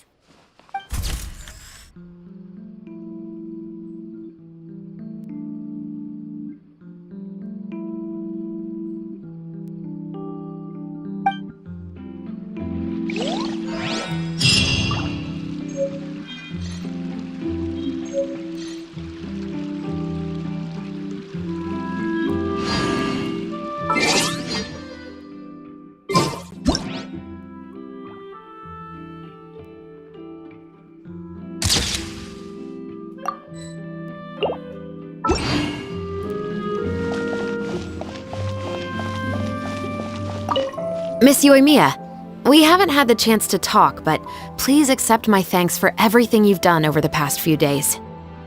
Oh, but I feel like I didn't do anything out of the ordinary.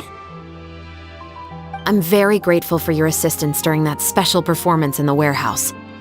It was always going to be somewhat risky to engage and draw away Morris all on your own. You're only a civilian and have never been trained to act in such a dangerous situation. Don't say it like that.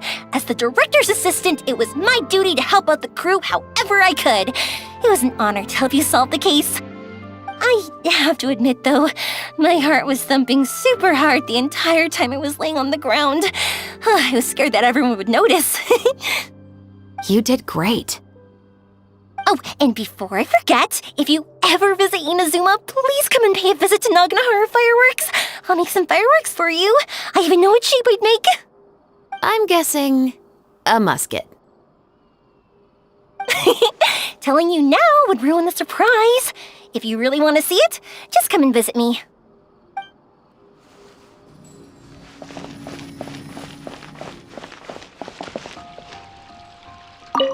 Lady Farina, please allow me to take just one more photo of you. I would also love to get your autograph, just as a memento of our time together on the crew. Hey, I've had enough of the camera flashes from when we were all up on stage. But, Lady Farina, you are the best director I've ever met! The most photogenic maiden in all of Fontaine! This kind of lively and celebratory setting is exactly where you shine. I believe all photographers would agree. Come, the brightest star of our land! Show us your light! The camera is waiting to sing praises of your beauty! Well, I'm flattered, but... All right, I'll humor you and try a few more different poses. But I don't have to hold the trophy, right? Of course. You may pose however you like. Thank you so much. Thank you so much. By the heavens, my luck has been beyond belief. I'm having a hard time coming to terms with it now. Oh.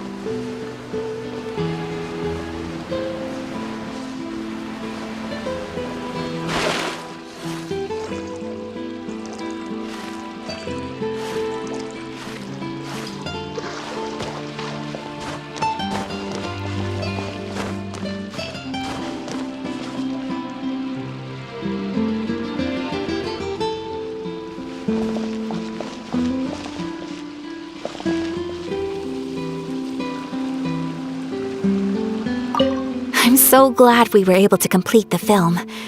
Thanks for taking care of me while I was here. Really? Thank you. At first, I simply tried to work hard out of a desire to not become a burden to the crew. It would have been so embarrassing if the filming had to stop to accommodate my lack of skills. But Director Farina was both patient and knowledgeable, and Chevreuse and Elaine taught me a lot about the scenes and details. It was all thanks to their help that I was able to grow comfortable with the role. And even with all of that said, I still got a little flustered with praise, especially since everyone, including you, were complimenting me at the end. Yes, I visited many places with Yoimiya in between the filming sessions.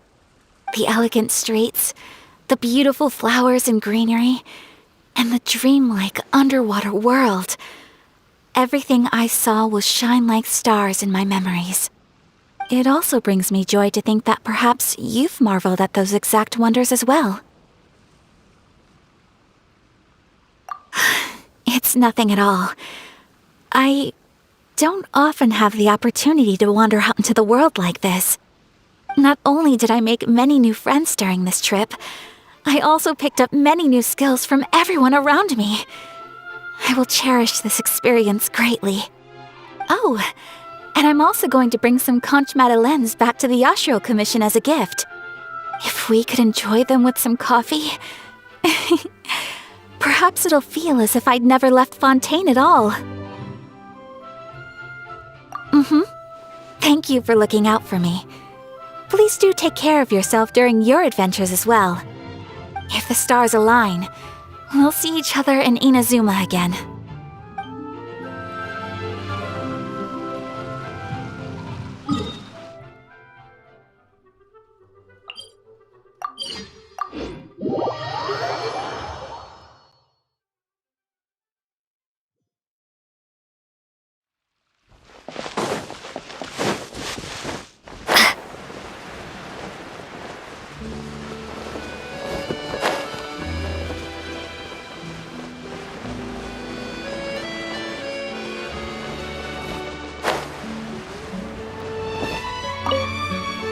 Oh, I didn't expect to meet you here.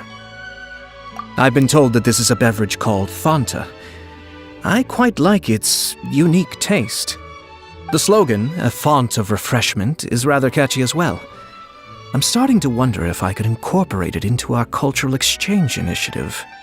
What would happen if we were to add some sprigs of mint into Fanta? I believe this is an idea worth testing.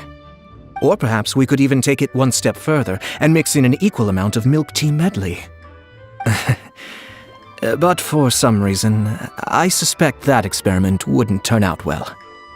Thanks to you, the film was successfully completed and the Yashiro Commission secured a collaboration project with the Palais Mermonia. If another opportunity was to arise in the future, perhaps I should take on the chance to act as the protagonist. Or perhaps you think the role of villain would fit me better. Thank you for the well wishes. I will take good care of Ayaka and Yoimiya. I would like to wish you safe travels on your next journey as well.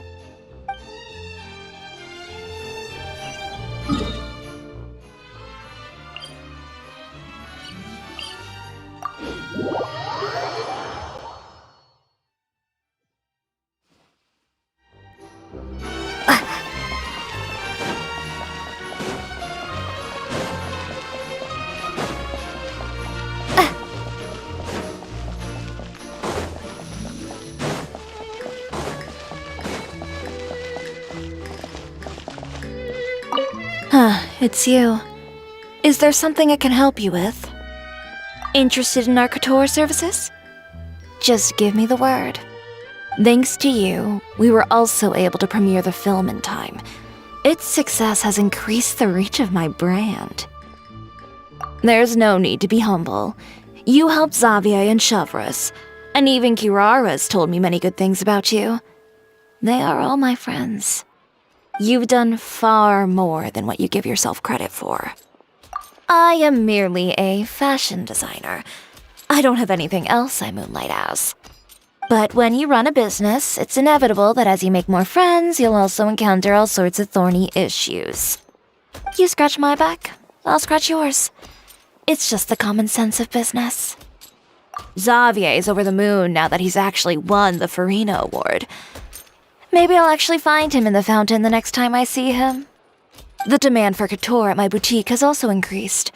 So much so that I don't have enough staff to handle it. Looks like I'm one step closer to achieving my dream. Anyway, you will always be welcome at Chioria Boutique. I would love to see you both again at the upcoming Fontaine Fashion Week as well. Okay, see you around.